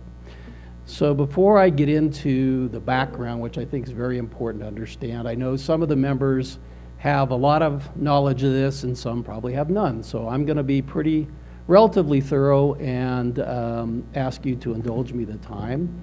And certainly if you have more information, more questions, that's why we're here to answer those. Before I get into the details, though, I do want to share something because at the core of this conversation is often the word homeless. And I want to make sure that we're all talking the same, which is when we talk at the City of Reno about homeless, we're not talking about a class of people. We're talking about a class of behaviors. And we're talking about a class of behaviors that you'll see in this presentation are very much of concern to the citizens of Reno, and I would suggest to you are very much of concern to the tourists that come to our community. Not just downtown Reno, but our community in general. So At the core of what we're going to be talking about is a new strategy and a new approach to deal with a problem that is very acute and growing. And we would hope that all of you would understand this from the perspective of there's no guarantees. There's no assurance that if we do what we're talking about today that it will solve the problems, but what we do know is this is a strategy and a best practice to deal with a issue that is not just ours, but is really national. So with that, we're talking about today what we're calling a business improvement district, which is a bid. So you'll hear me say the word bid as I go forward, and that's what I'm talking about. I wanted to start by presenting to you how we got to where we're at today in this presentation. And this chart, it's very big scale and broad, but it is important to understand the history. So the Reimagine Reno process is the city's master plan, and those of you in local government will understand that by law, we have to have a master plan, each of us cities in the county. Ours was outdated, and we started on a process to update the City of Reno's master plan, which deals with everything that the city does. And that was really kind of the starting point for this conversation. The second piece, which I'll go into in a little more detail, was a follow-up to that, which was the Downtown Action Plan that was recently completed and adopted by the City Council. And then the current activity that we're talking about today that's in process that will actually be coming back to the City Council for, while not final, probably the most important decision will be set for February 28th, wherein the Council will make the decision on whether to implement the Business Improvement District. When we started our master plan update, which we're calling Reimagine Reno, we reached out to a very large group of people in our community. And I would say that when we did this, for you, Chairman Lawson, we actually did not cull people based on their address. So we did have participants that were included in this stakeholder conversation that lived outside of the City of Reno, some in the unincorporated area, some in the City of Sparks. The effort that we undertook resulted in almost 6,000 people interacting with us, which as a planner who's been doing this for 30-some years, that is a phenomenal number. You're lucky when you're doing a public process like that if you get a couple hundred people. We had almost 6,000 people. So we feel very comfortable in what the community told us about what they see as our future. And some of the comments you'll see here, these were kind of the, excuse me, the most resounding and most common things that people said to us. And you can see at the very bottom, which is kind of the heart of the conversation today, is people wanted us to improve downtown. This, and I forget the technical term, but I'm going to call it a word cluster. And I know you've all seen these that really reflect what people say the most. And the bigger the word, the more people have said it. And you can see with these 6,000 people what one of the dominant themes was in terms of the comments they made to us. And at the bottom is one that we just excerpted out to kind of highlight the desire of the council and then the wish of the council to address our citizenry. So given that background, the City Council decided, Reno City Council decided to hire a professional consultant that specialized in downtown.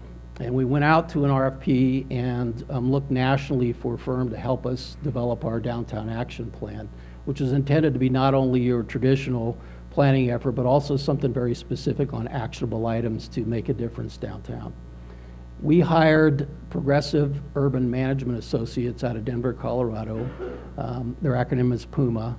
And the City of Reno paid $100,000 for them to come into the community and prepare an action plan. That action plan was completed, again, with a lot of stakeholders. In addition to the 6,000 in our Reimagine Reno, we had additional downtown interests, people outside the downtown, all walks of life and involvement, not only as the community, but also business members to participate in this. And there were 5 core values, which are up here on the board, that were recommended as a result of this plan. The one that is most specific to the conversation today is safe and clean, but I would also point out to number 1 and number 3. And the reason I say that is because, not surprisingly, I think given what's going on with our economy from the standpoint of new kinds of work and business coming here, the fact that we have a very large 20 to 24 age population, that our downtown is very different today than what it was in the past. And many people are telling us, and the market is actually telling us, that it's going to be different going into the future. And what I mean by that is we're seeing a growing interest in particularly younger, but also some people from the baby boom generation that want to live downtown. So it's not what those of us who've been here a long time remember as downtown, but it is changing into a neighborhood. And that there very much flavors the comments and the direction that people are providing us. In addition, we're seeing a lot more activity in terms of interest in retail coming downtown to downtown Reno. It's not the traditional retail, much of it is specialty retail.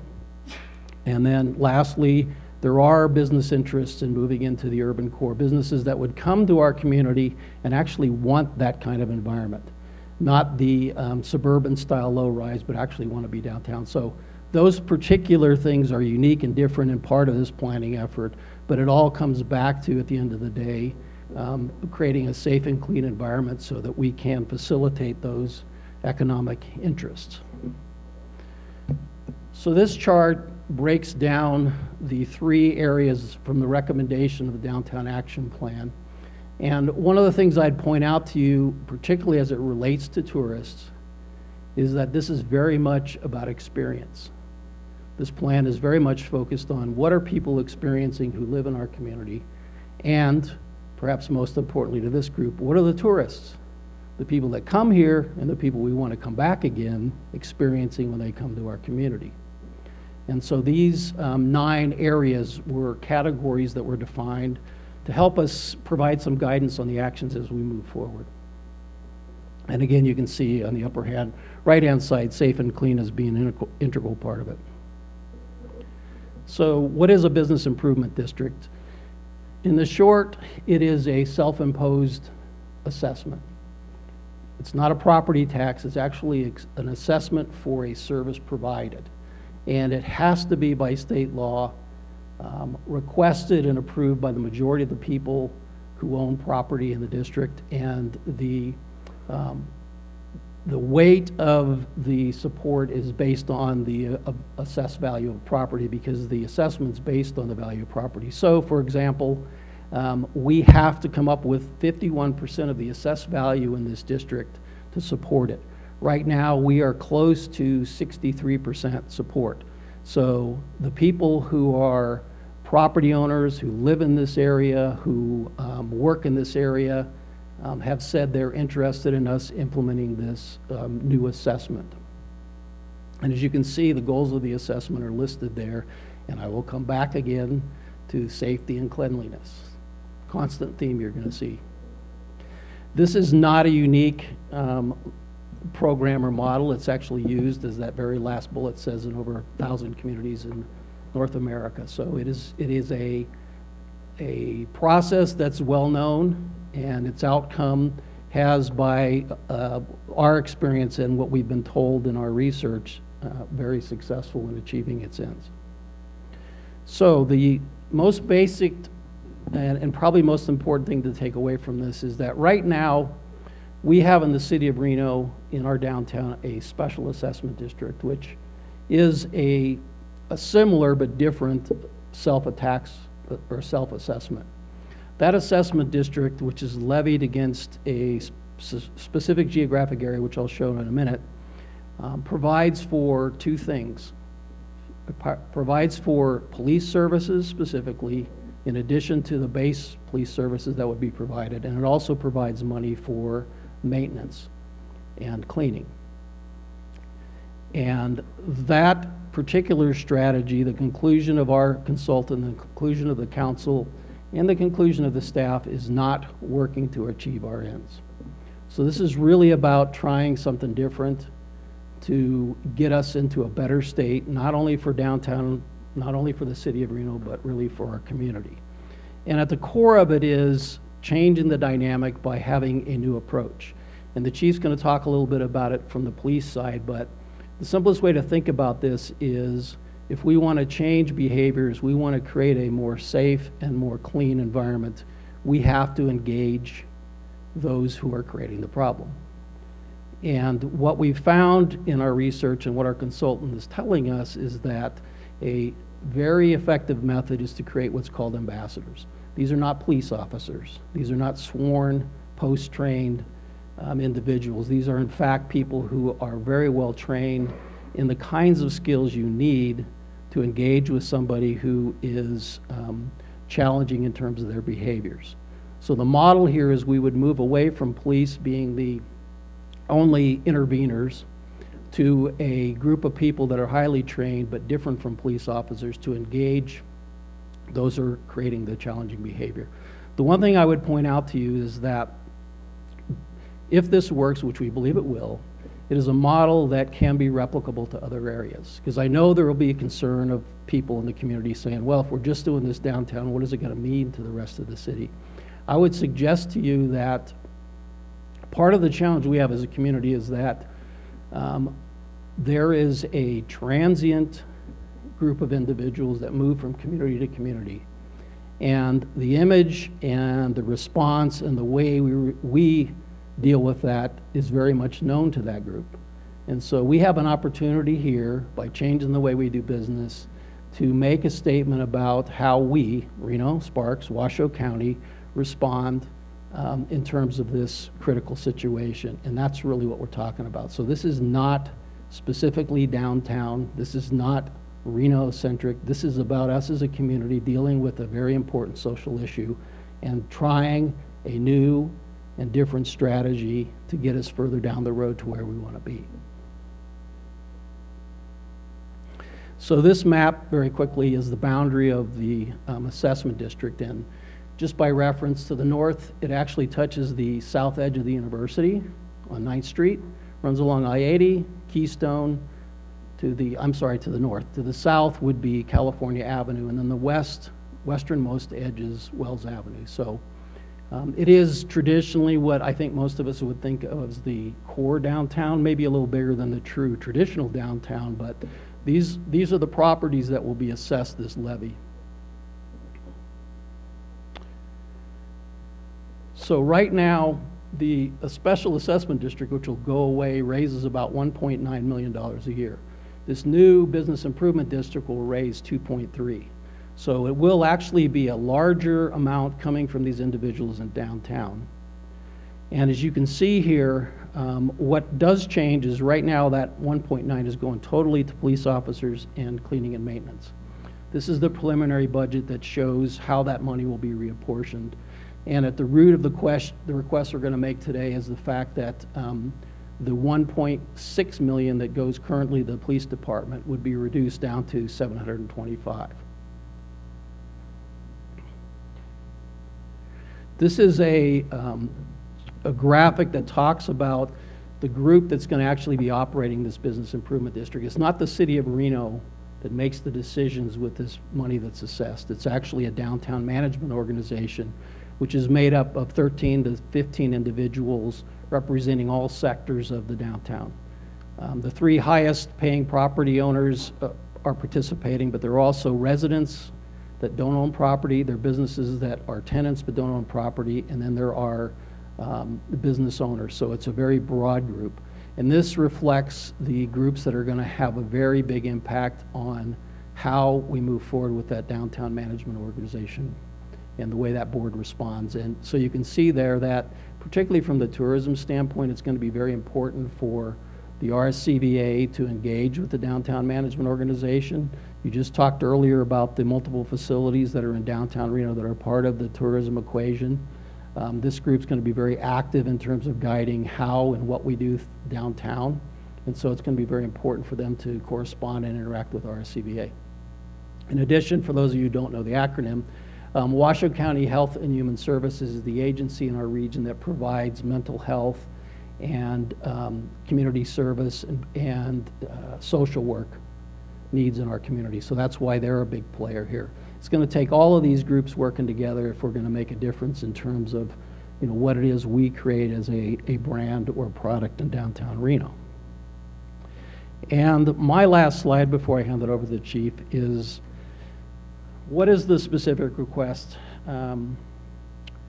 Bottom line, we're moving away from an assessment district that pays for the police officers in our community to one that provides a different responder, which is ambassadors. In doing that, it's probably not surprising that we're in a situation in our community where we can ill afford to lay off police officers in order to move to this new program. So we have an issue which is backfilling approximately $875,000 for a 3-year period to get this business improvement district up and running. So our ask, and I'll let the chief elaborate a little more on how it's going to affect police services, that RSCVA, along with the other partners that we've asked, help us fund that gap of $875,000. I would bring to your attention that we have raised over $100,000 right now in pledges from private businesses who are already part of the assessment, so it would be additional money that they're paying.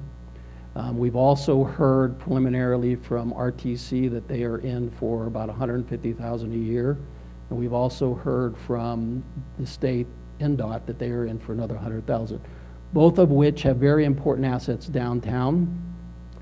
As you well know, the RTC has their key transit hub in downtown Reno. And what we've been told by the executive director is that we need to do some things to help him keep people on buses, because the current situation is actually discouraging people from riding buses. So that's his interest in trying to help make a change at downtown. So with that, if you would indulge us, I'll let Chief Soto explain the police side, and then we would be available for any questions. Thank you, Mr. Thomas. Chief Soto. Well, good morning. Thank you, Mr. Chair, and to the entire board. I'd like to explain to you some of the challenges that we have region-wide. This is just not Reno. I know that I represent the city of Reno, and so does Bill Thomas, but I like to think my responsibility is a lot larger than that, and it's more of a community. So I want to tell you and give you some history as to how we got to where we are today and why I believe this is so important moving forward. All of us know that in about 2010, we hit the downturn, if you will, of the economy, and all of the law enforcement entities throughout the region started laying off or not filling attrition spots of police officers. And it took an extreme hit on our community in terms of dealing with issues that at one point we had sufficient resources.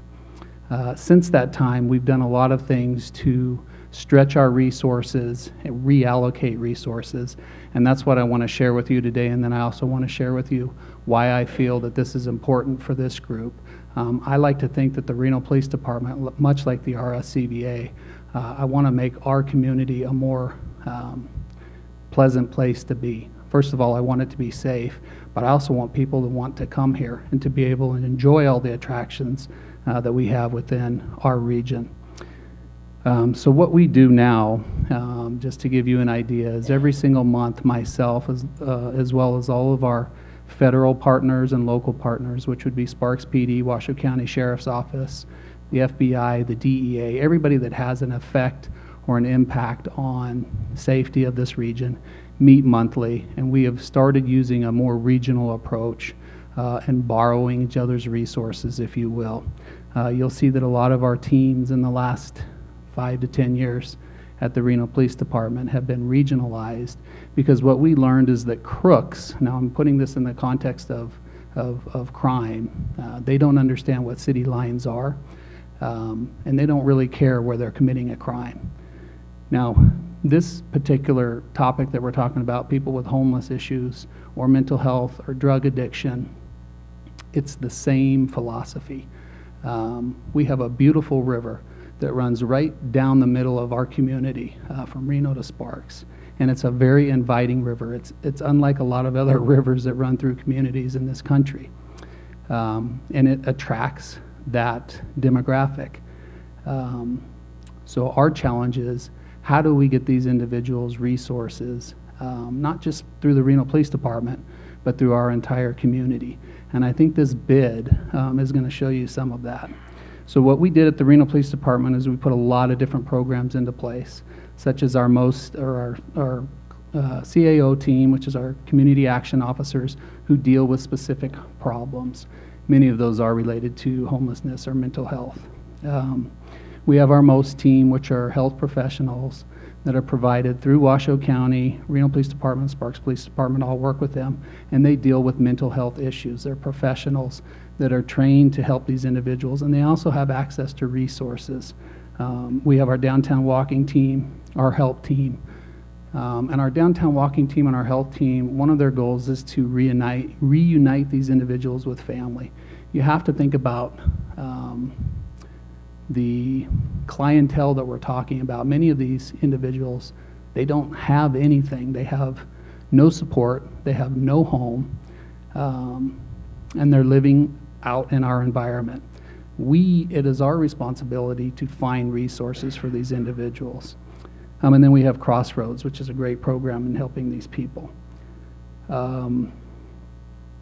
So for this bid, for the Business Improvement District, one of the obvious questions is this going to have an impact on homelessness and some of these challenges that we face, not just in downtown Reno. I've been in Reno since 1977. I've seen the growth. I've visited countries or cities across this country, and I see that this isn't unique to Reno. This is a slow-moving pendulum. When you take these efforts to put programs into place to address these things, the short answer is yes. It is going to change not only the problem that we have in downtown Reno, but as many of you know, I live in South Reno. I have family that lives in Sparks. I have families that live in unincorporated, in the outskirts of Washoe County. And you're starting to see this problem everywhere. It's not just by the river in downtown Reno, as it used to be. So with these resources, the idea of the bid is these ambassadors will be trained to not only deal with these individuals, but also point them in the right direction and help them get resources. One of the challenges that we have at the Reno Police Department is when we sit down there, or when we get a call for service to deal with somebody who has, let's just say, a mental health problem, the average time that we spend on those calls is 2 to 3 hours. So you have a sworn officer getting this individual resources, transporting them to where they need to go, showing them how to help their situation. All the while, we have our communities that need our visible presence in north, south, and all of Reno. Our challenges are immense here. Our square mileage that we now cover in Reno is 110 square miles. Used to be 55. Our calls for service have gone up a couple 100,000 calls a year. We are feeling the growth. We have 329 sworn officers today. We had 383 back in 2010. So it gives you an idea of we have all this growth that's occurring around us, but we don't have the revenue to refill those positions. That's not anybody in this room's fault. This happened back in when we changed some of our tax structure and some of the revenue that we were bringing in. That's a long process in order to get that back with our seed tax and some of the other issues that we have financially. So we have to, and it's not just Reno, it's Sparks and Washoe County, and it's a community-wide effort, find different ways to stretch our resources. With this bid, having these individuals go out there and spend the time with these individuals, find out exactly what it is that they need, find out exactly what it is as to where we're going to send, maybe get them reacquainted with a family member back home or into Crossroads or into the shelter, whatever the case may be. All of that takes time. That will take away an immense amount of work for the Reno Police Department. And what it allows me to do is reallocate those resources to the rest of the city. And if we don't do that, I'm afraid that this problem will just get worse and worse. I just came back from a trip to Southern California, Los Angeles, Beverly Hills area, and it's the problem is, I mean, I couldn't believe it. I hadn't been down there in a long time, but to walk down, you know, Beverly Hills, that main avenue, and just see tents everywhere, I don't want that in Reno, and I don't think these individuals do either. I actually think they want resources, and they want to get into homes. They want to be reunited with their families, but we don't have the resources right now to give them that. So it's very important that that we figure out a way to do this. I'm very humbly asking for your assistance on this, because I think a more inviting Reno Sparks benefits the RSCVA as well, because I think we all want the same thing at the end of the day. In terms of resources in downtown, these ambassadors, what it allows me to do as the chief of police is it allows me to redirect some of these resources if I see fit to other areas within the city. And I think that's an important thing for this board to understand, because right now we only have a few officers that are dedicated to these specific problems simply because we don't have that many resources. It would allow me to build some of those programs. I think it would allow a better working relationship with the city of Sparks and with Washoe County, and increase some of those real challenging pieces that are missing right now. So that's my ask of you. And again, I want to thank you for even taking this into consideration. It means a lot to our entire community. Thank you. Thank you, Chief Soto. Mayor Sheeby, do you want to do your disclosure? Sure. At this time, I've been advised by the city attorney's office to refrain from any voting until the city council officially incorporates the BID at the city of Reno. So I'm going to not be making any remarks and abstain. And I would imagine you're under the same purview. I'm just about to follow up with the same discussion.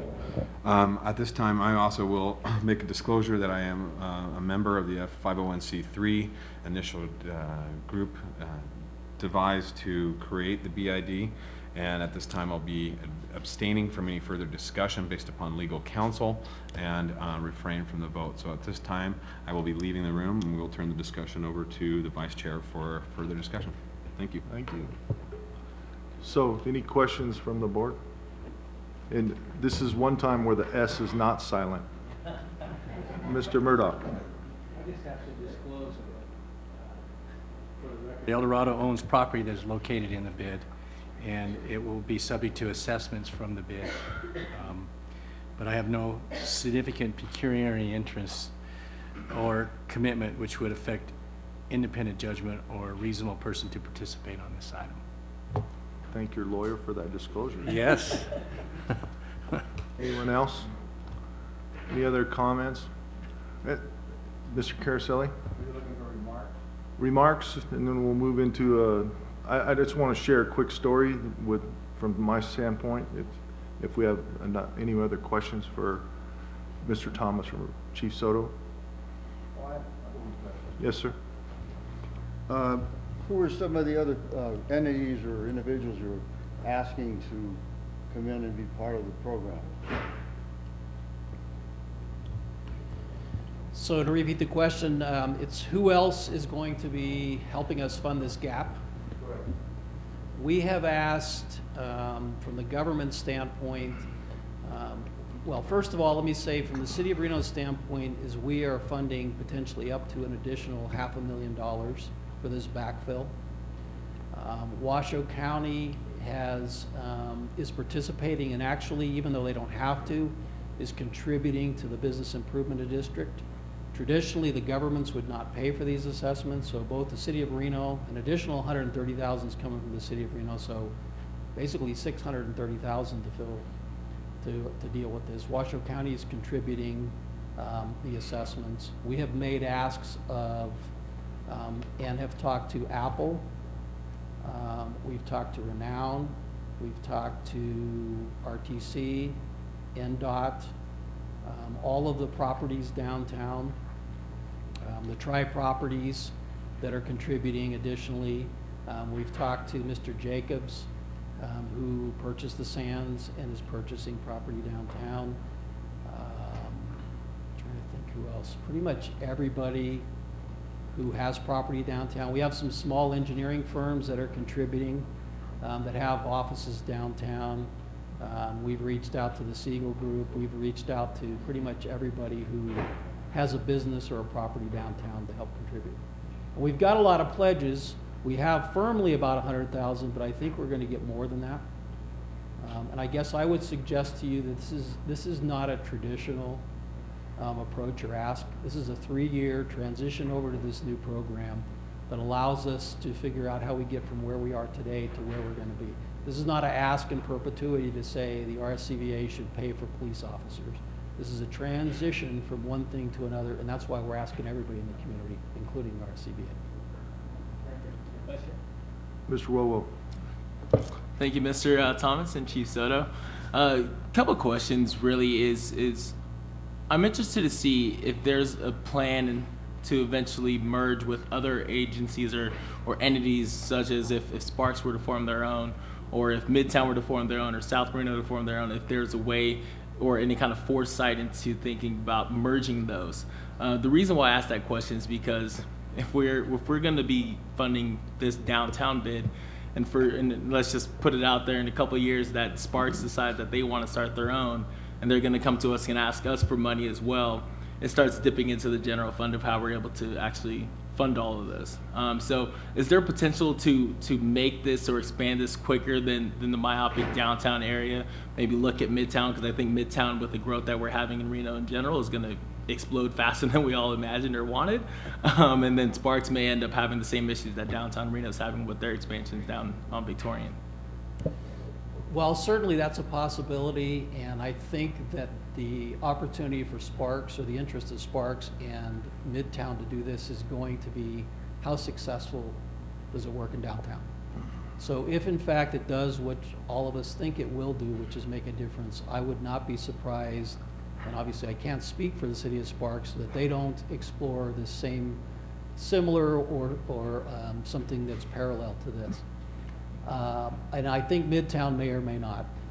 I guess the thing that I would point out is that, you know, always in these situations there's the question of, are we crossing the line or going onto a slippery slope where we can't ever get back?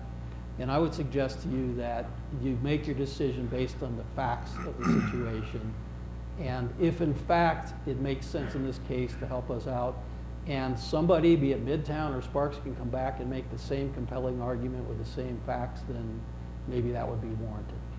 We're not approaching this from the standpoint of RSCVA stepping into the space of funding police officers as an ongoing program. This is a 3-year transition. We wouldn't be here if we weren't asking everybody to contribute. In other words, we wouldn't just come to RSCVA and say, hey, can you do this for us? We're really saying everybody in the community needs to partner up if we're going to do this. And that's really what it's about. Absolutely, thank you. Yeah, I'm a downtown resident, and I see how critical it is for us to get that under repair quicker than anywhere else, but just wanted to make sure that if this were to expand, that we are actually looking forward and having some foresight into the potential outcome of this success of this bid. So thank you both again for the presentation. Mr. Wood? Yes, I want to thank you for the presentation. How is this program going to get roofs over these folks' heads? I can only speak from the police side of it. So a lot of times it won't. But what we like to try and do is we like to try and find what we found to be successful with the Reno Police Department is reuniting these individuals with family members. And we do have a fund that we use to get them bus tickets back home. That is one of the most successful ventures that we do, that we use now. It could certainly use some more funding and some more resources and some more officers. A lot of these people don't even understand or know that these resources are available. And sometimes it takes a lot of work to track down these family members, because many of these people aren't able to articulate or even tell us where that family is. But those are the people that actually want to help.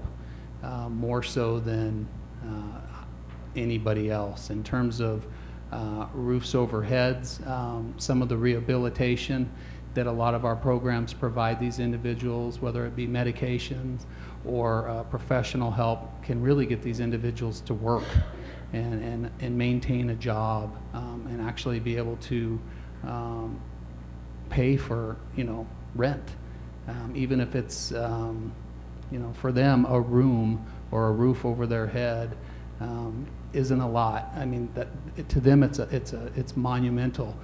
To us, it would look like just a small room, and there's not a whole lot to it. But to them, it's home, and that has been successful, and we have seen a lot of success with that. The challenge is that we have so many more of these people finding their way into our community, and not enough resources to get people the help that they actually need. So on the police side of things, we've been very successful in reunifications as well as rehabilitations. So that is one big avenue in getting them a roof over their head. If I might also add to that, the City of Sparks, City of Reno, and Washoe County are working very actively to move towards building a new overflow shelter that's permanent. So that is, while that's not the fix, that is a very important part of what we need right now to get the people off the street and into a facility. The part where there's a lot of focus right now, and I can't tell you that we have the answer because it's the most challenging, is the transitional housing, which is a lot of the people who are in our shelters are to the point where they can move to the next step, but we don't have that next step. And as you all know, the compounding problem right now is the price of housing in general. So all of those are coming at us. The only thing I guess I would say to you is that this is such a big issue that I think if we wait till we have all the answers, it's going to bury us. So it feels like we just need to take increments as we can. The shelter being expanded, doing this program, working with our partners, including the Housing Authority, to come up with unique ways to house people, to transition them back into the market. The one thing I would share with you, and you don't get much press on it, is not surprisingly, with all the homes that are under construction, we have about 3,000 apartments in the works between Reno and Sparks. The rent rate is flattening out and the occupancy rate is going up. So the market is doing what it was supposed to do, which is there are some units coming to the rescue. Whether or not that will fix the problem, probably not, but it seems to be helping. But it's really going to be the market responding, everything we do as a city with the City of Sparks and Washoe County, and then people in the community are going to have to help pony up, to solve the problem, because it is a community-wide issue. I don't think government's funded enough to figure it out by itself. Mr. Murdoch? Thank you, Mr. Chair. When the city went out and got Puma to come in and recommend, and they took the model of Sacramento, for instance, because they put the new Golden One, the new motels down there, that whole strip. Is that been a successful model? I mean, it probably hasn't solved their whole problem, but has it helped them alleviate, because they had a heck of a homeless problem, according to when you brought in that consultant, that they've solved a lot of it. Is that true? Is that is from the conversations we've had with the people in Sacramento, both the people who operated as the downtown management organization, as well as the politicians who are responsible for that area. It's not a fix. It's a new strategy that does what I would describe it as is we are hiring some people to engage, and right now the only people that engage are police officers. And with the police officer, them having a badge and having a gun, it's a very different engagement than somebody who's trained to interact with challenged individuals mentally, socially, and it gets a very different response. So I think we feel like we've got to do something. And this seems to be the best model that's out there. I can't assure you that it's going to solve the problem, but I think it's going to make us a better, more responsive community so that individuals that do come here from elsewhere will know what to expect when they come into our community. And my fear right now is what I've learned is that there is no clear message in terms of what we as a community, how we're going to respond to this particular situation. Police officers are doing it right now. I think the chief told you that's not going to be a formula going forward. Mr. Caraselli? I've been thinking about this subject ever since it was presented, I think, was going to be presented to the board in 2017. And so in the meantime, I've talked to some people and gave it some thought, and I wrote down some remarks I think that I would like to put forward. Please. In an opinion. I want to again thanks Mr. Thomas and Chief Soto for educating us on this program. Since the Ambassador Program concept was brought to us back in 2017 and is now before us on today's agenda, I've had some quality discussions with a number of people I respect greatly regarding this idea. Obviously, what we are dealing with is a very complex issue that is not specific to Reno. While we understand the connection between the region's tourism product and the current downtown experience, we need to be cautious that we are not being pulled from our core mission. We're not being pulled from our core mission, which is attracting overnight visitors to Reno Tahoe destination through tourism and marketing. We see the need for our involvement in such a program, but do question if we are getting into societal issues that are much more complex than what is under this organization's purview. According to a study that was shared with me on the homeless situation in Sacramento, lack of affordable housing is the biggest contributor to a recent spike in their homeless population. It's these kinds of issues that cannot be solved by a local tourism agency. That being said, as a board member, I'm more comfortable to commit $100,000 for 1 year to this program. We then should be updated on a regular basis and receive an annual review on the program's progress and achievements relative to initial projections and estimates. The board would then discuss a possible second donation at the end of that year on whether or not we as a board or the RSCVA would like to commit some additional funds at that time. Those are my remarks and my suggestions. Are you going to put that in the form of a motion? I'll put that in the form of a motion. Okay. I'll For second further that. discussion, do we have a second by Mr. Wowo? Further discussion? I just wanted to bring up my recent experience. So this will take a little bit, so bear with me. About 6 weeks ago, I was notified by one of our citizens in Sparks that they were on the bike path in Sparks down at the very eastern end, and they were approached by a homeless person with a bullwhip and another one with a pit bull, and told them to get off the path, that was their home. So we went down, I went with our police chief, we went down there, we spoke to the guys. Obviously, we didn't see any bullwhip, but we did see the pit bull. And we asked, and I had a conversation with roughly 6 of them. Out of all 6 of them, 4 of them had some type of mental health problem. 2 of them just flat like living outside. So after 6 weeks of getting our stuff together, because we can't force them to leave because we don't have a bed for them. Keep in mind, we have roughly 1,000 homeless people in the city of Reno and Sparks and Washoe County at this point, and we have 500 beds. So by law, we're not allowed to move them off the river until I have a bed for them. So we had to reserve 6 beds to go down and tell these guys and notice them, have the Washoe County services there, and have all this done. And our police force has to be there with all of these folks to make sure, ensure their safety. And we finally tore down their camp yesterday. So what do you think happened? 3 of them headed for Fernley, 3 of them headed for Reno. So my concern is, and be prepared, Mr. Caraselli, if we're going to put $100,000 in Reno, we're going to put some money in Sparks too, because they're just going to be pushed right into Sparks as we're pushing them back into Reno. This is a community problem that is huge for us, and that starts with we don't have enough beds and services. But it's the RSCVA, and I'll go either way, because to me, money's money, and we would love to have that ability to help the homeless problem.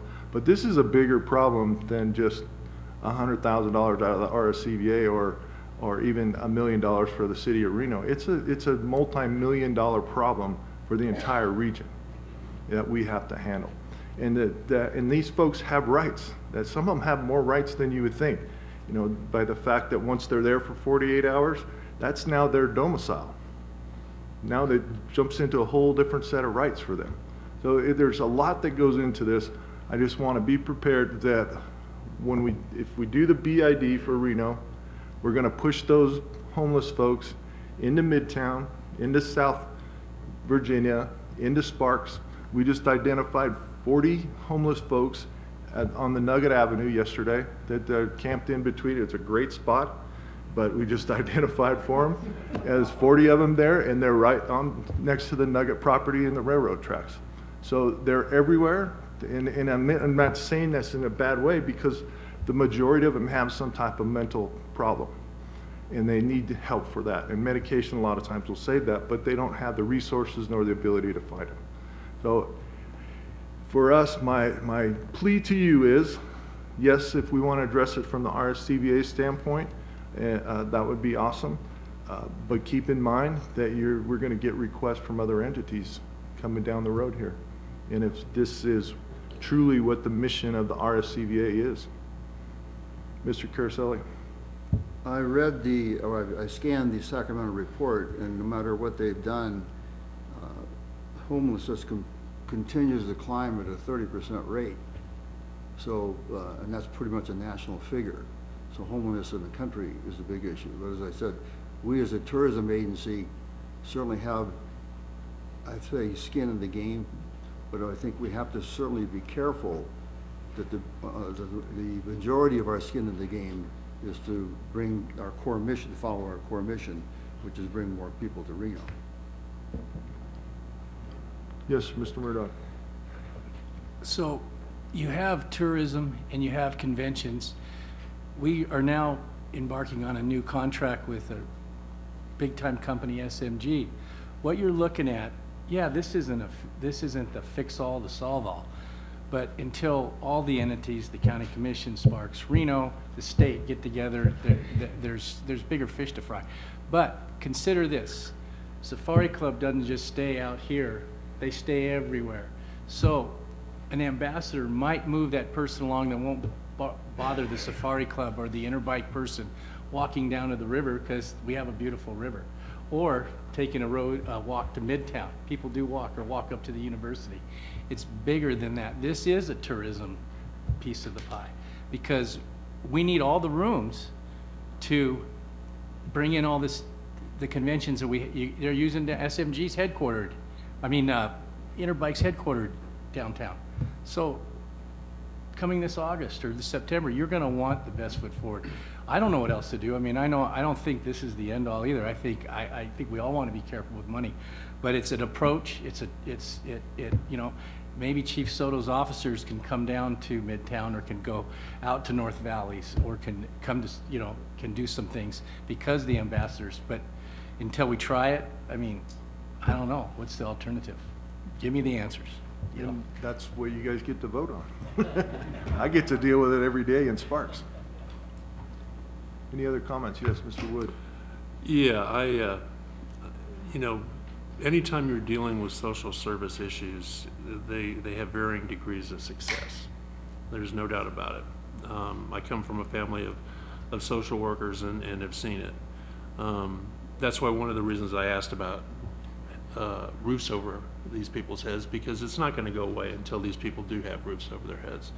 But I do agree that it is a tourist issue, and I believe that the safety and well-being of our guests downtown during these events is very important. I have some personal experience with my daughter that has an unsafe experience downtown, and you know, we had one, I believe, with a bowler about a year ago that got beat up. So I do think that it does make a difference, but I agree with Mr. Caraselli that, and I would like to see us consider $100,000 this year, look at what we've done over the course of the coming year, see if it's successful, and then come back and maybe go 200,000 next year if it works. But I think it's prudent to hold it to 1 year. Any other comments? All right, we have a motion and a second. The motion is just to remind everyone that we would fund $100,000 for 1 year, reevaluate at the end of that year as to what happens the following year or years. All right, all those in favor? Say aye. Aye. Opposed? No, not in favor, but hitting my button. We know you're in favor. All right, motion carries unanimously. Thank you, gentlemen. Thank you. Mr. Lawson, can I take a second? Yes, sir. Chief, before you take off, we've already thanked you, but I think we owe you a public thanks for all your help in securing the Interbike convention. The chief and his department, at special request from the RSCVA, provided a uniformed motorcycle escort for Interbike when they were looking at the city. And you know, if you get tired of law enforcement, you can come with us and do sales with the RSCVA. And we want to thank you and from this body officially for all your help and cooperation in bringing Interbike and others to town. Thank you. You're welcome, and thank you to the RSCVA for all you do for our community. We really appreciate it. Thank you. Thank you, Chief. All right. I think we're moving right along. It's 11:15. How fast can you do your staff update, Mr. Galone? I can be extremely fast, sir. We only have one item of business after that, I believe. No, two items. So let's be judicious. Thank you for your support today on the selection for professional management.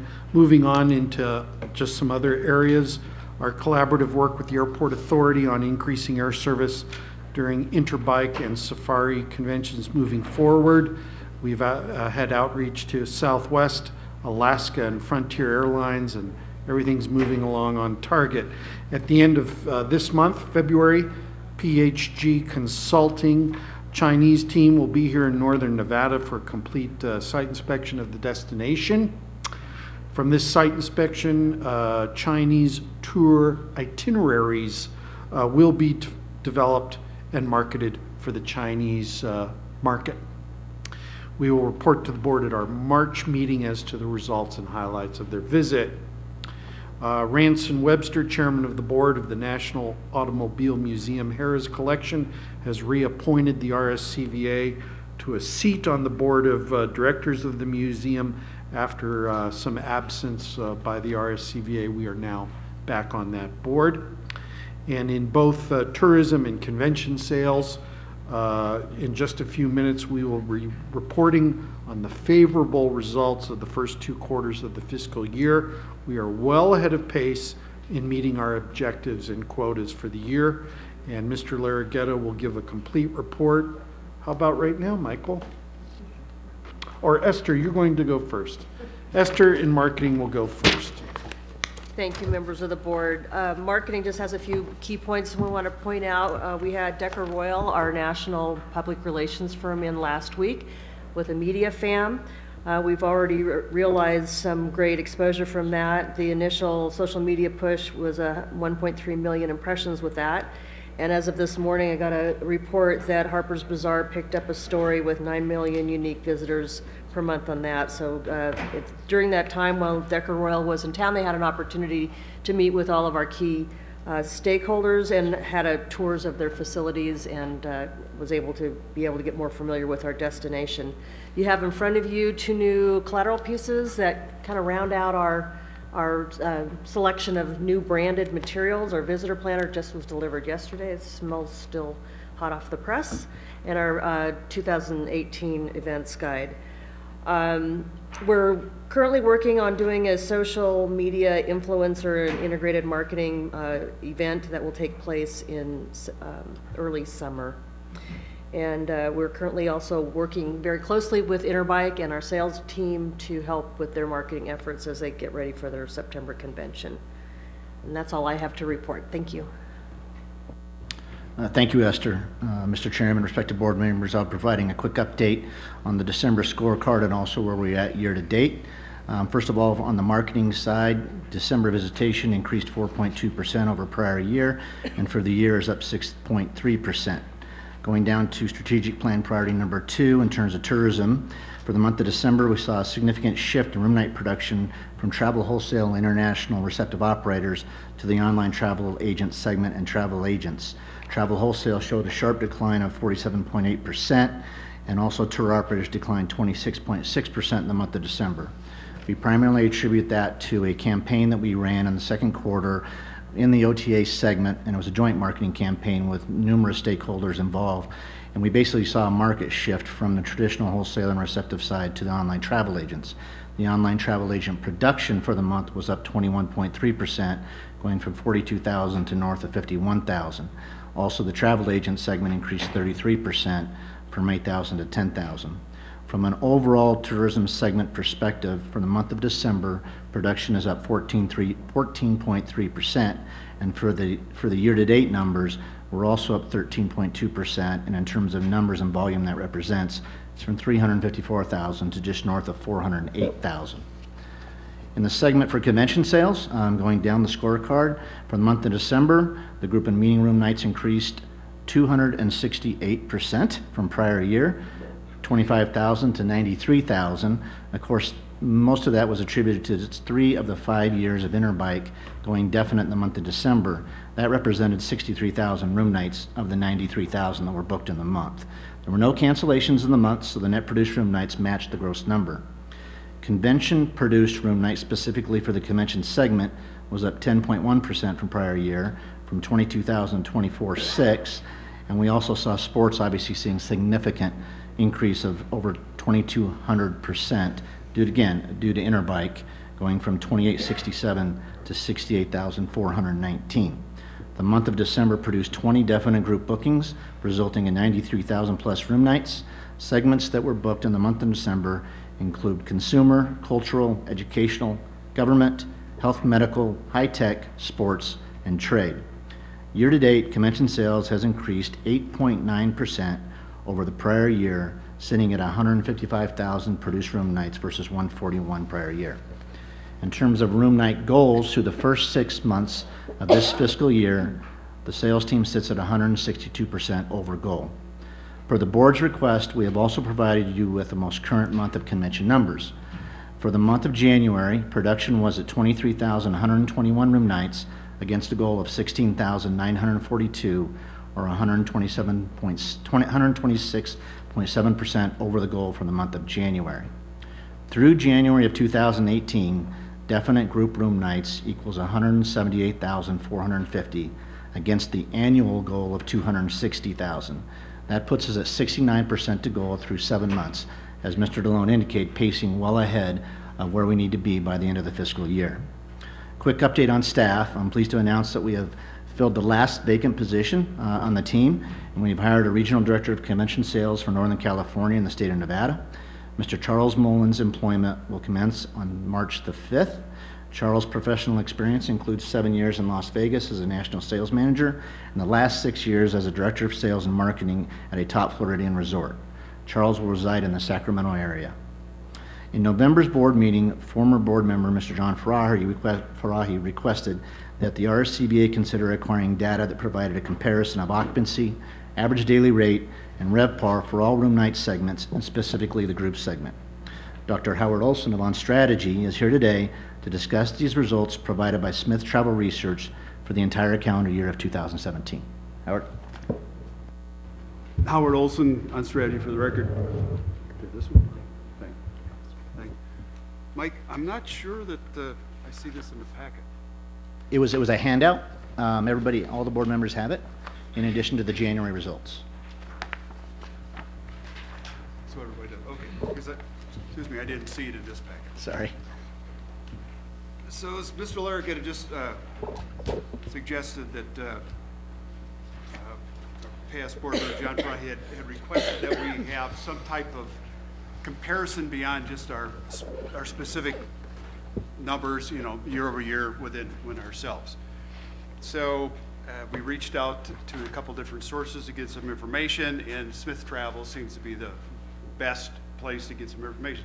The problem with is, you know, we want to compare apples and apples. So when we put numbers on a piece of paper, you lose kind of the foundation behind it.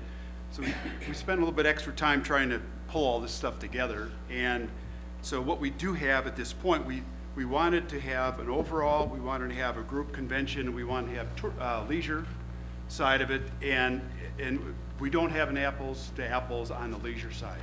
So what you see in front of you is an overall piece, and then the second scorecard has to do with strictly group and convention. Eventually, as we move forward, we will have the current month and then a year to date for all the comparisons. And I would ask you that when you get a chance to start looking at this, make sure that you understand the legend that's at the bottom, because what you see has to do with basically making comparisons to comparisons. Because when you're looking at overall, we're looking at hotels, motels for the area. When we look at group and convention, we're looking at the top 10 properties, the hotel casinos. So they're different. So make sure you look at that. And then going on to the second page under the group and convention, it'll look a little bit different because you see occupancies of 18%, 20%, stuff like that. That strictly has to do with convention bookings. So we're able to boil it down to that, and you get that comparison. And then there's also the RevPAR and ADR based upon that net. Also what we did was, because you could see there's a very long list of competitors, we developed what we call Tier 1 and Tier 2 competition. So instead of trying to look at all the competitors, it would be maybe mind-numbing. And it was a result of the staff pulling together what they felt that the top competitors were in the second place. So that's where we ended up. That's how we ended up with Tier 1 and Tier 2. So what we have today is kind of the base. We've massaged this thing. If you have any questions or requests, send them to myself or Mr. Larragueta, and you'll see this on a monthly basis as we go forward, and it'll be a regular presentation about issues and differences. And just to add to Howard's comments, first of all, thank you, well said, is that when he made the comment about not being able to compare apples to apples, what we're referencing is we obviously don't know how other cities or hotels, motels within those cities define their segmentations. So that's why we could not pull leisure, because leisure in one city may be represented by a completely different segment or a group of room nights than it will in Reno Tahoe. So what we were able to provide today is overall market occupancy, revenue, or ADR and RevPAR, and then group, which we felt was very relative because it really shows how we are comparing versus what we defined as our Tier 1 competitors, our Tier 2 competitors, and what our ADRs in comparison to those cities, and also what the percentage of mix that the group segment represents as a percentage of the overall occupancy versus what we, again, define as our competitive set. Any questions for Mr. Larragueta? Mr. Wowo. Thank you, Mr. Olson and Mr. Larragueta, for providing this the market comparison. I think it gives us an actual look, tangible look at what we're actually up against. Quick question on the Tier 2, just kind of looking at the group convention piece here. Albuquerque and Sacramento, can you guys maybe walk through just briefly why those weren't considered Tier 1, just for out of our consumption? So to Howard's point, we obviously we got all the staff together in terms of the convention and meeting staff, both in market and our regional offices. We also look at in terms then of the inquiries that we get versus our competitive sets. And a lot of times, as Vic, you probably remember from your days as being a hotelier, is that there will be a list of cities that are bidding for this same business. So we try to look for consistencies and where we felt which cities we truly are up against the most of the time, the majority of the time. Perfect, thank you. Yeah, just one back there, but in case you could, just looking at it briefly, this looks as though Sacramento should be, but I respect that you guys did your due diligence in actually compiling this list. And that could be a fluid list. That could change year after year. You know, as Sacramento completes their expansion, they very well could become a Tier 1 city immediately. Thank you. Mr. Dillard. Quick question on the year-to-date numbers. Is that the 6 months of the fiscal year-to-date, or is that calendar period? This is calendar. Calendar 17. Mm-hmm. Thank you. Any further questions? Seeing none? Okay. Thank you, Mr. Larragueta. Mr. Chisel? I'll be real quick. If you look at your scorecard, your snapshot, a couple of highlights. Cash room nights were up 6.6% to 1.9 million for the year-to-date December 2017. Taxable revenue was up 14.3% to 208 million from 182 over the same period last year. And the average daily rate was $105 average for the first 6 months of this fiscal year. I would also point out that the average daily rate for December for the month was $99.17. Again, a record high. We've continued to, the numbers continue to go up, knock on wood, and seem to be continuing strength as the economy improves. The Finance Department is also working on developing its 2019 budget. So we are working with our departments as we develop the budget. And of course, we'll be bringing that back to the board as far as a recommendation. One other item that the Finance Department is working on is developing a differentiation of the comp rooms with fees from the average daily rate. This was a request that came to us from a number of the properties on requesting a change in the room tax reporting so that they get some additional information. We met with all the finance departments of all the properties, invited them to a roundtable, had a discussion, and we're in the middle of reprogramming our system to make those changes. So hopefully in the next couple months, those changes will be implemented. Again, that was a request that came to us from the properties that they wanted to differentiate when there is comp rooms that have resort fees or other fees associated with them, instead of being lumped in with the regular cash rate rooms, so that they could identify a more average daily rate that they could use for their statistical purposes. We responded positively, and as long as there was no negative and none of the properties expressed negativity to it, so we are implementing that, and so that will be coming in the future. That's it. Thank you, Mr. Chisholm. Any further discussions for finance at this time? Seeing no discussion further, looking for a motion to accept the report. No, it's not an action item, I apologize. All right, thank you for the report. We are on to item G, reward the RFP for carpet installation at the Reno Sparks Convention Center. Mr. Chisholm.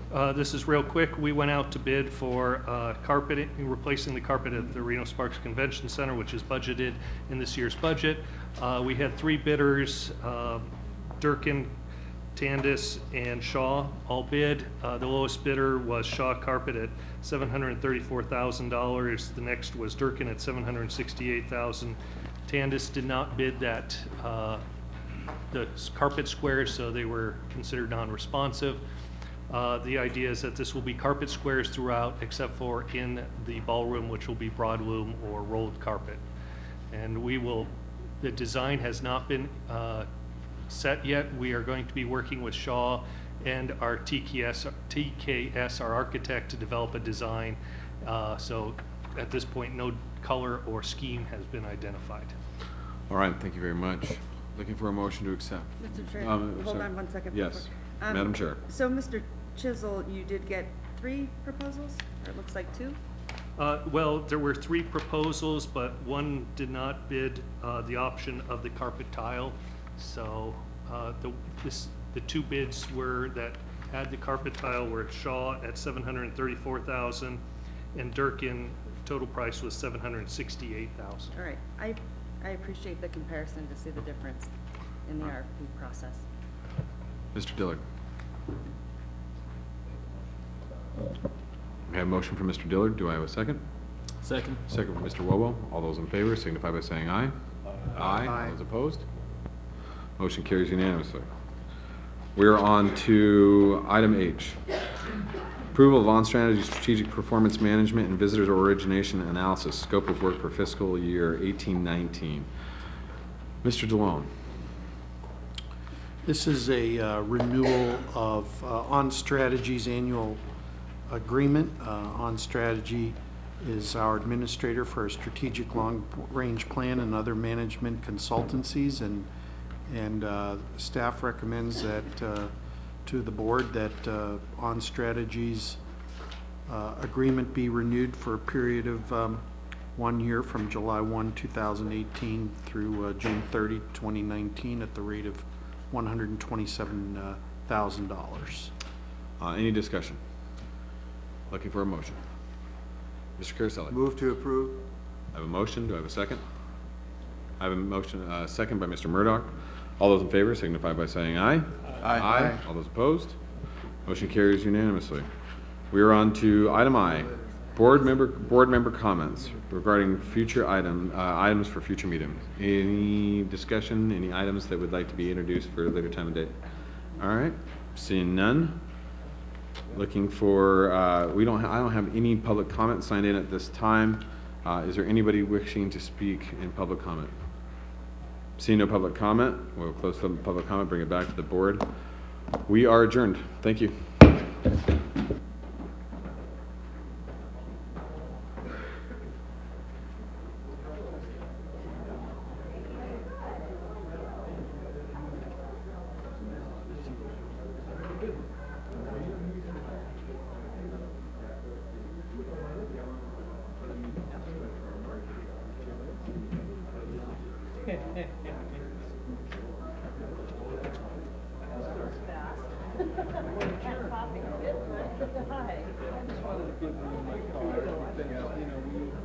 Haven't had time in our various presentations to talk about marketing.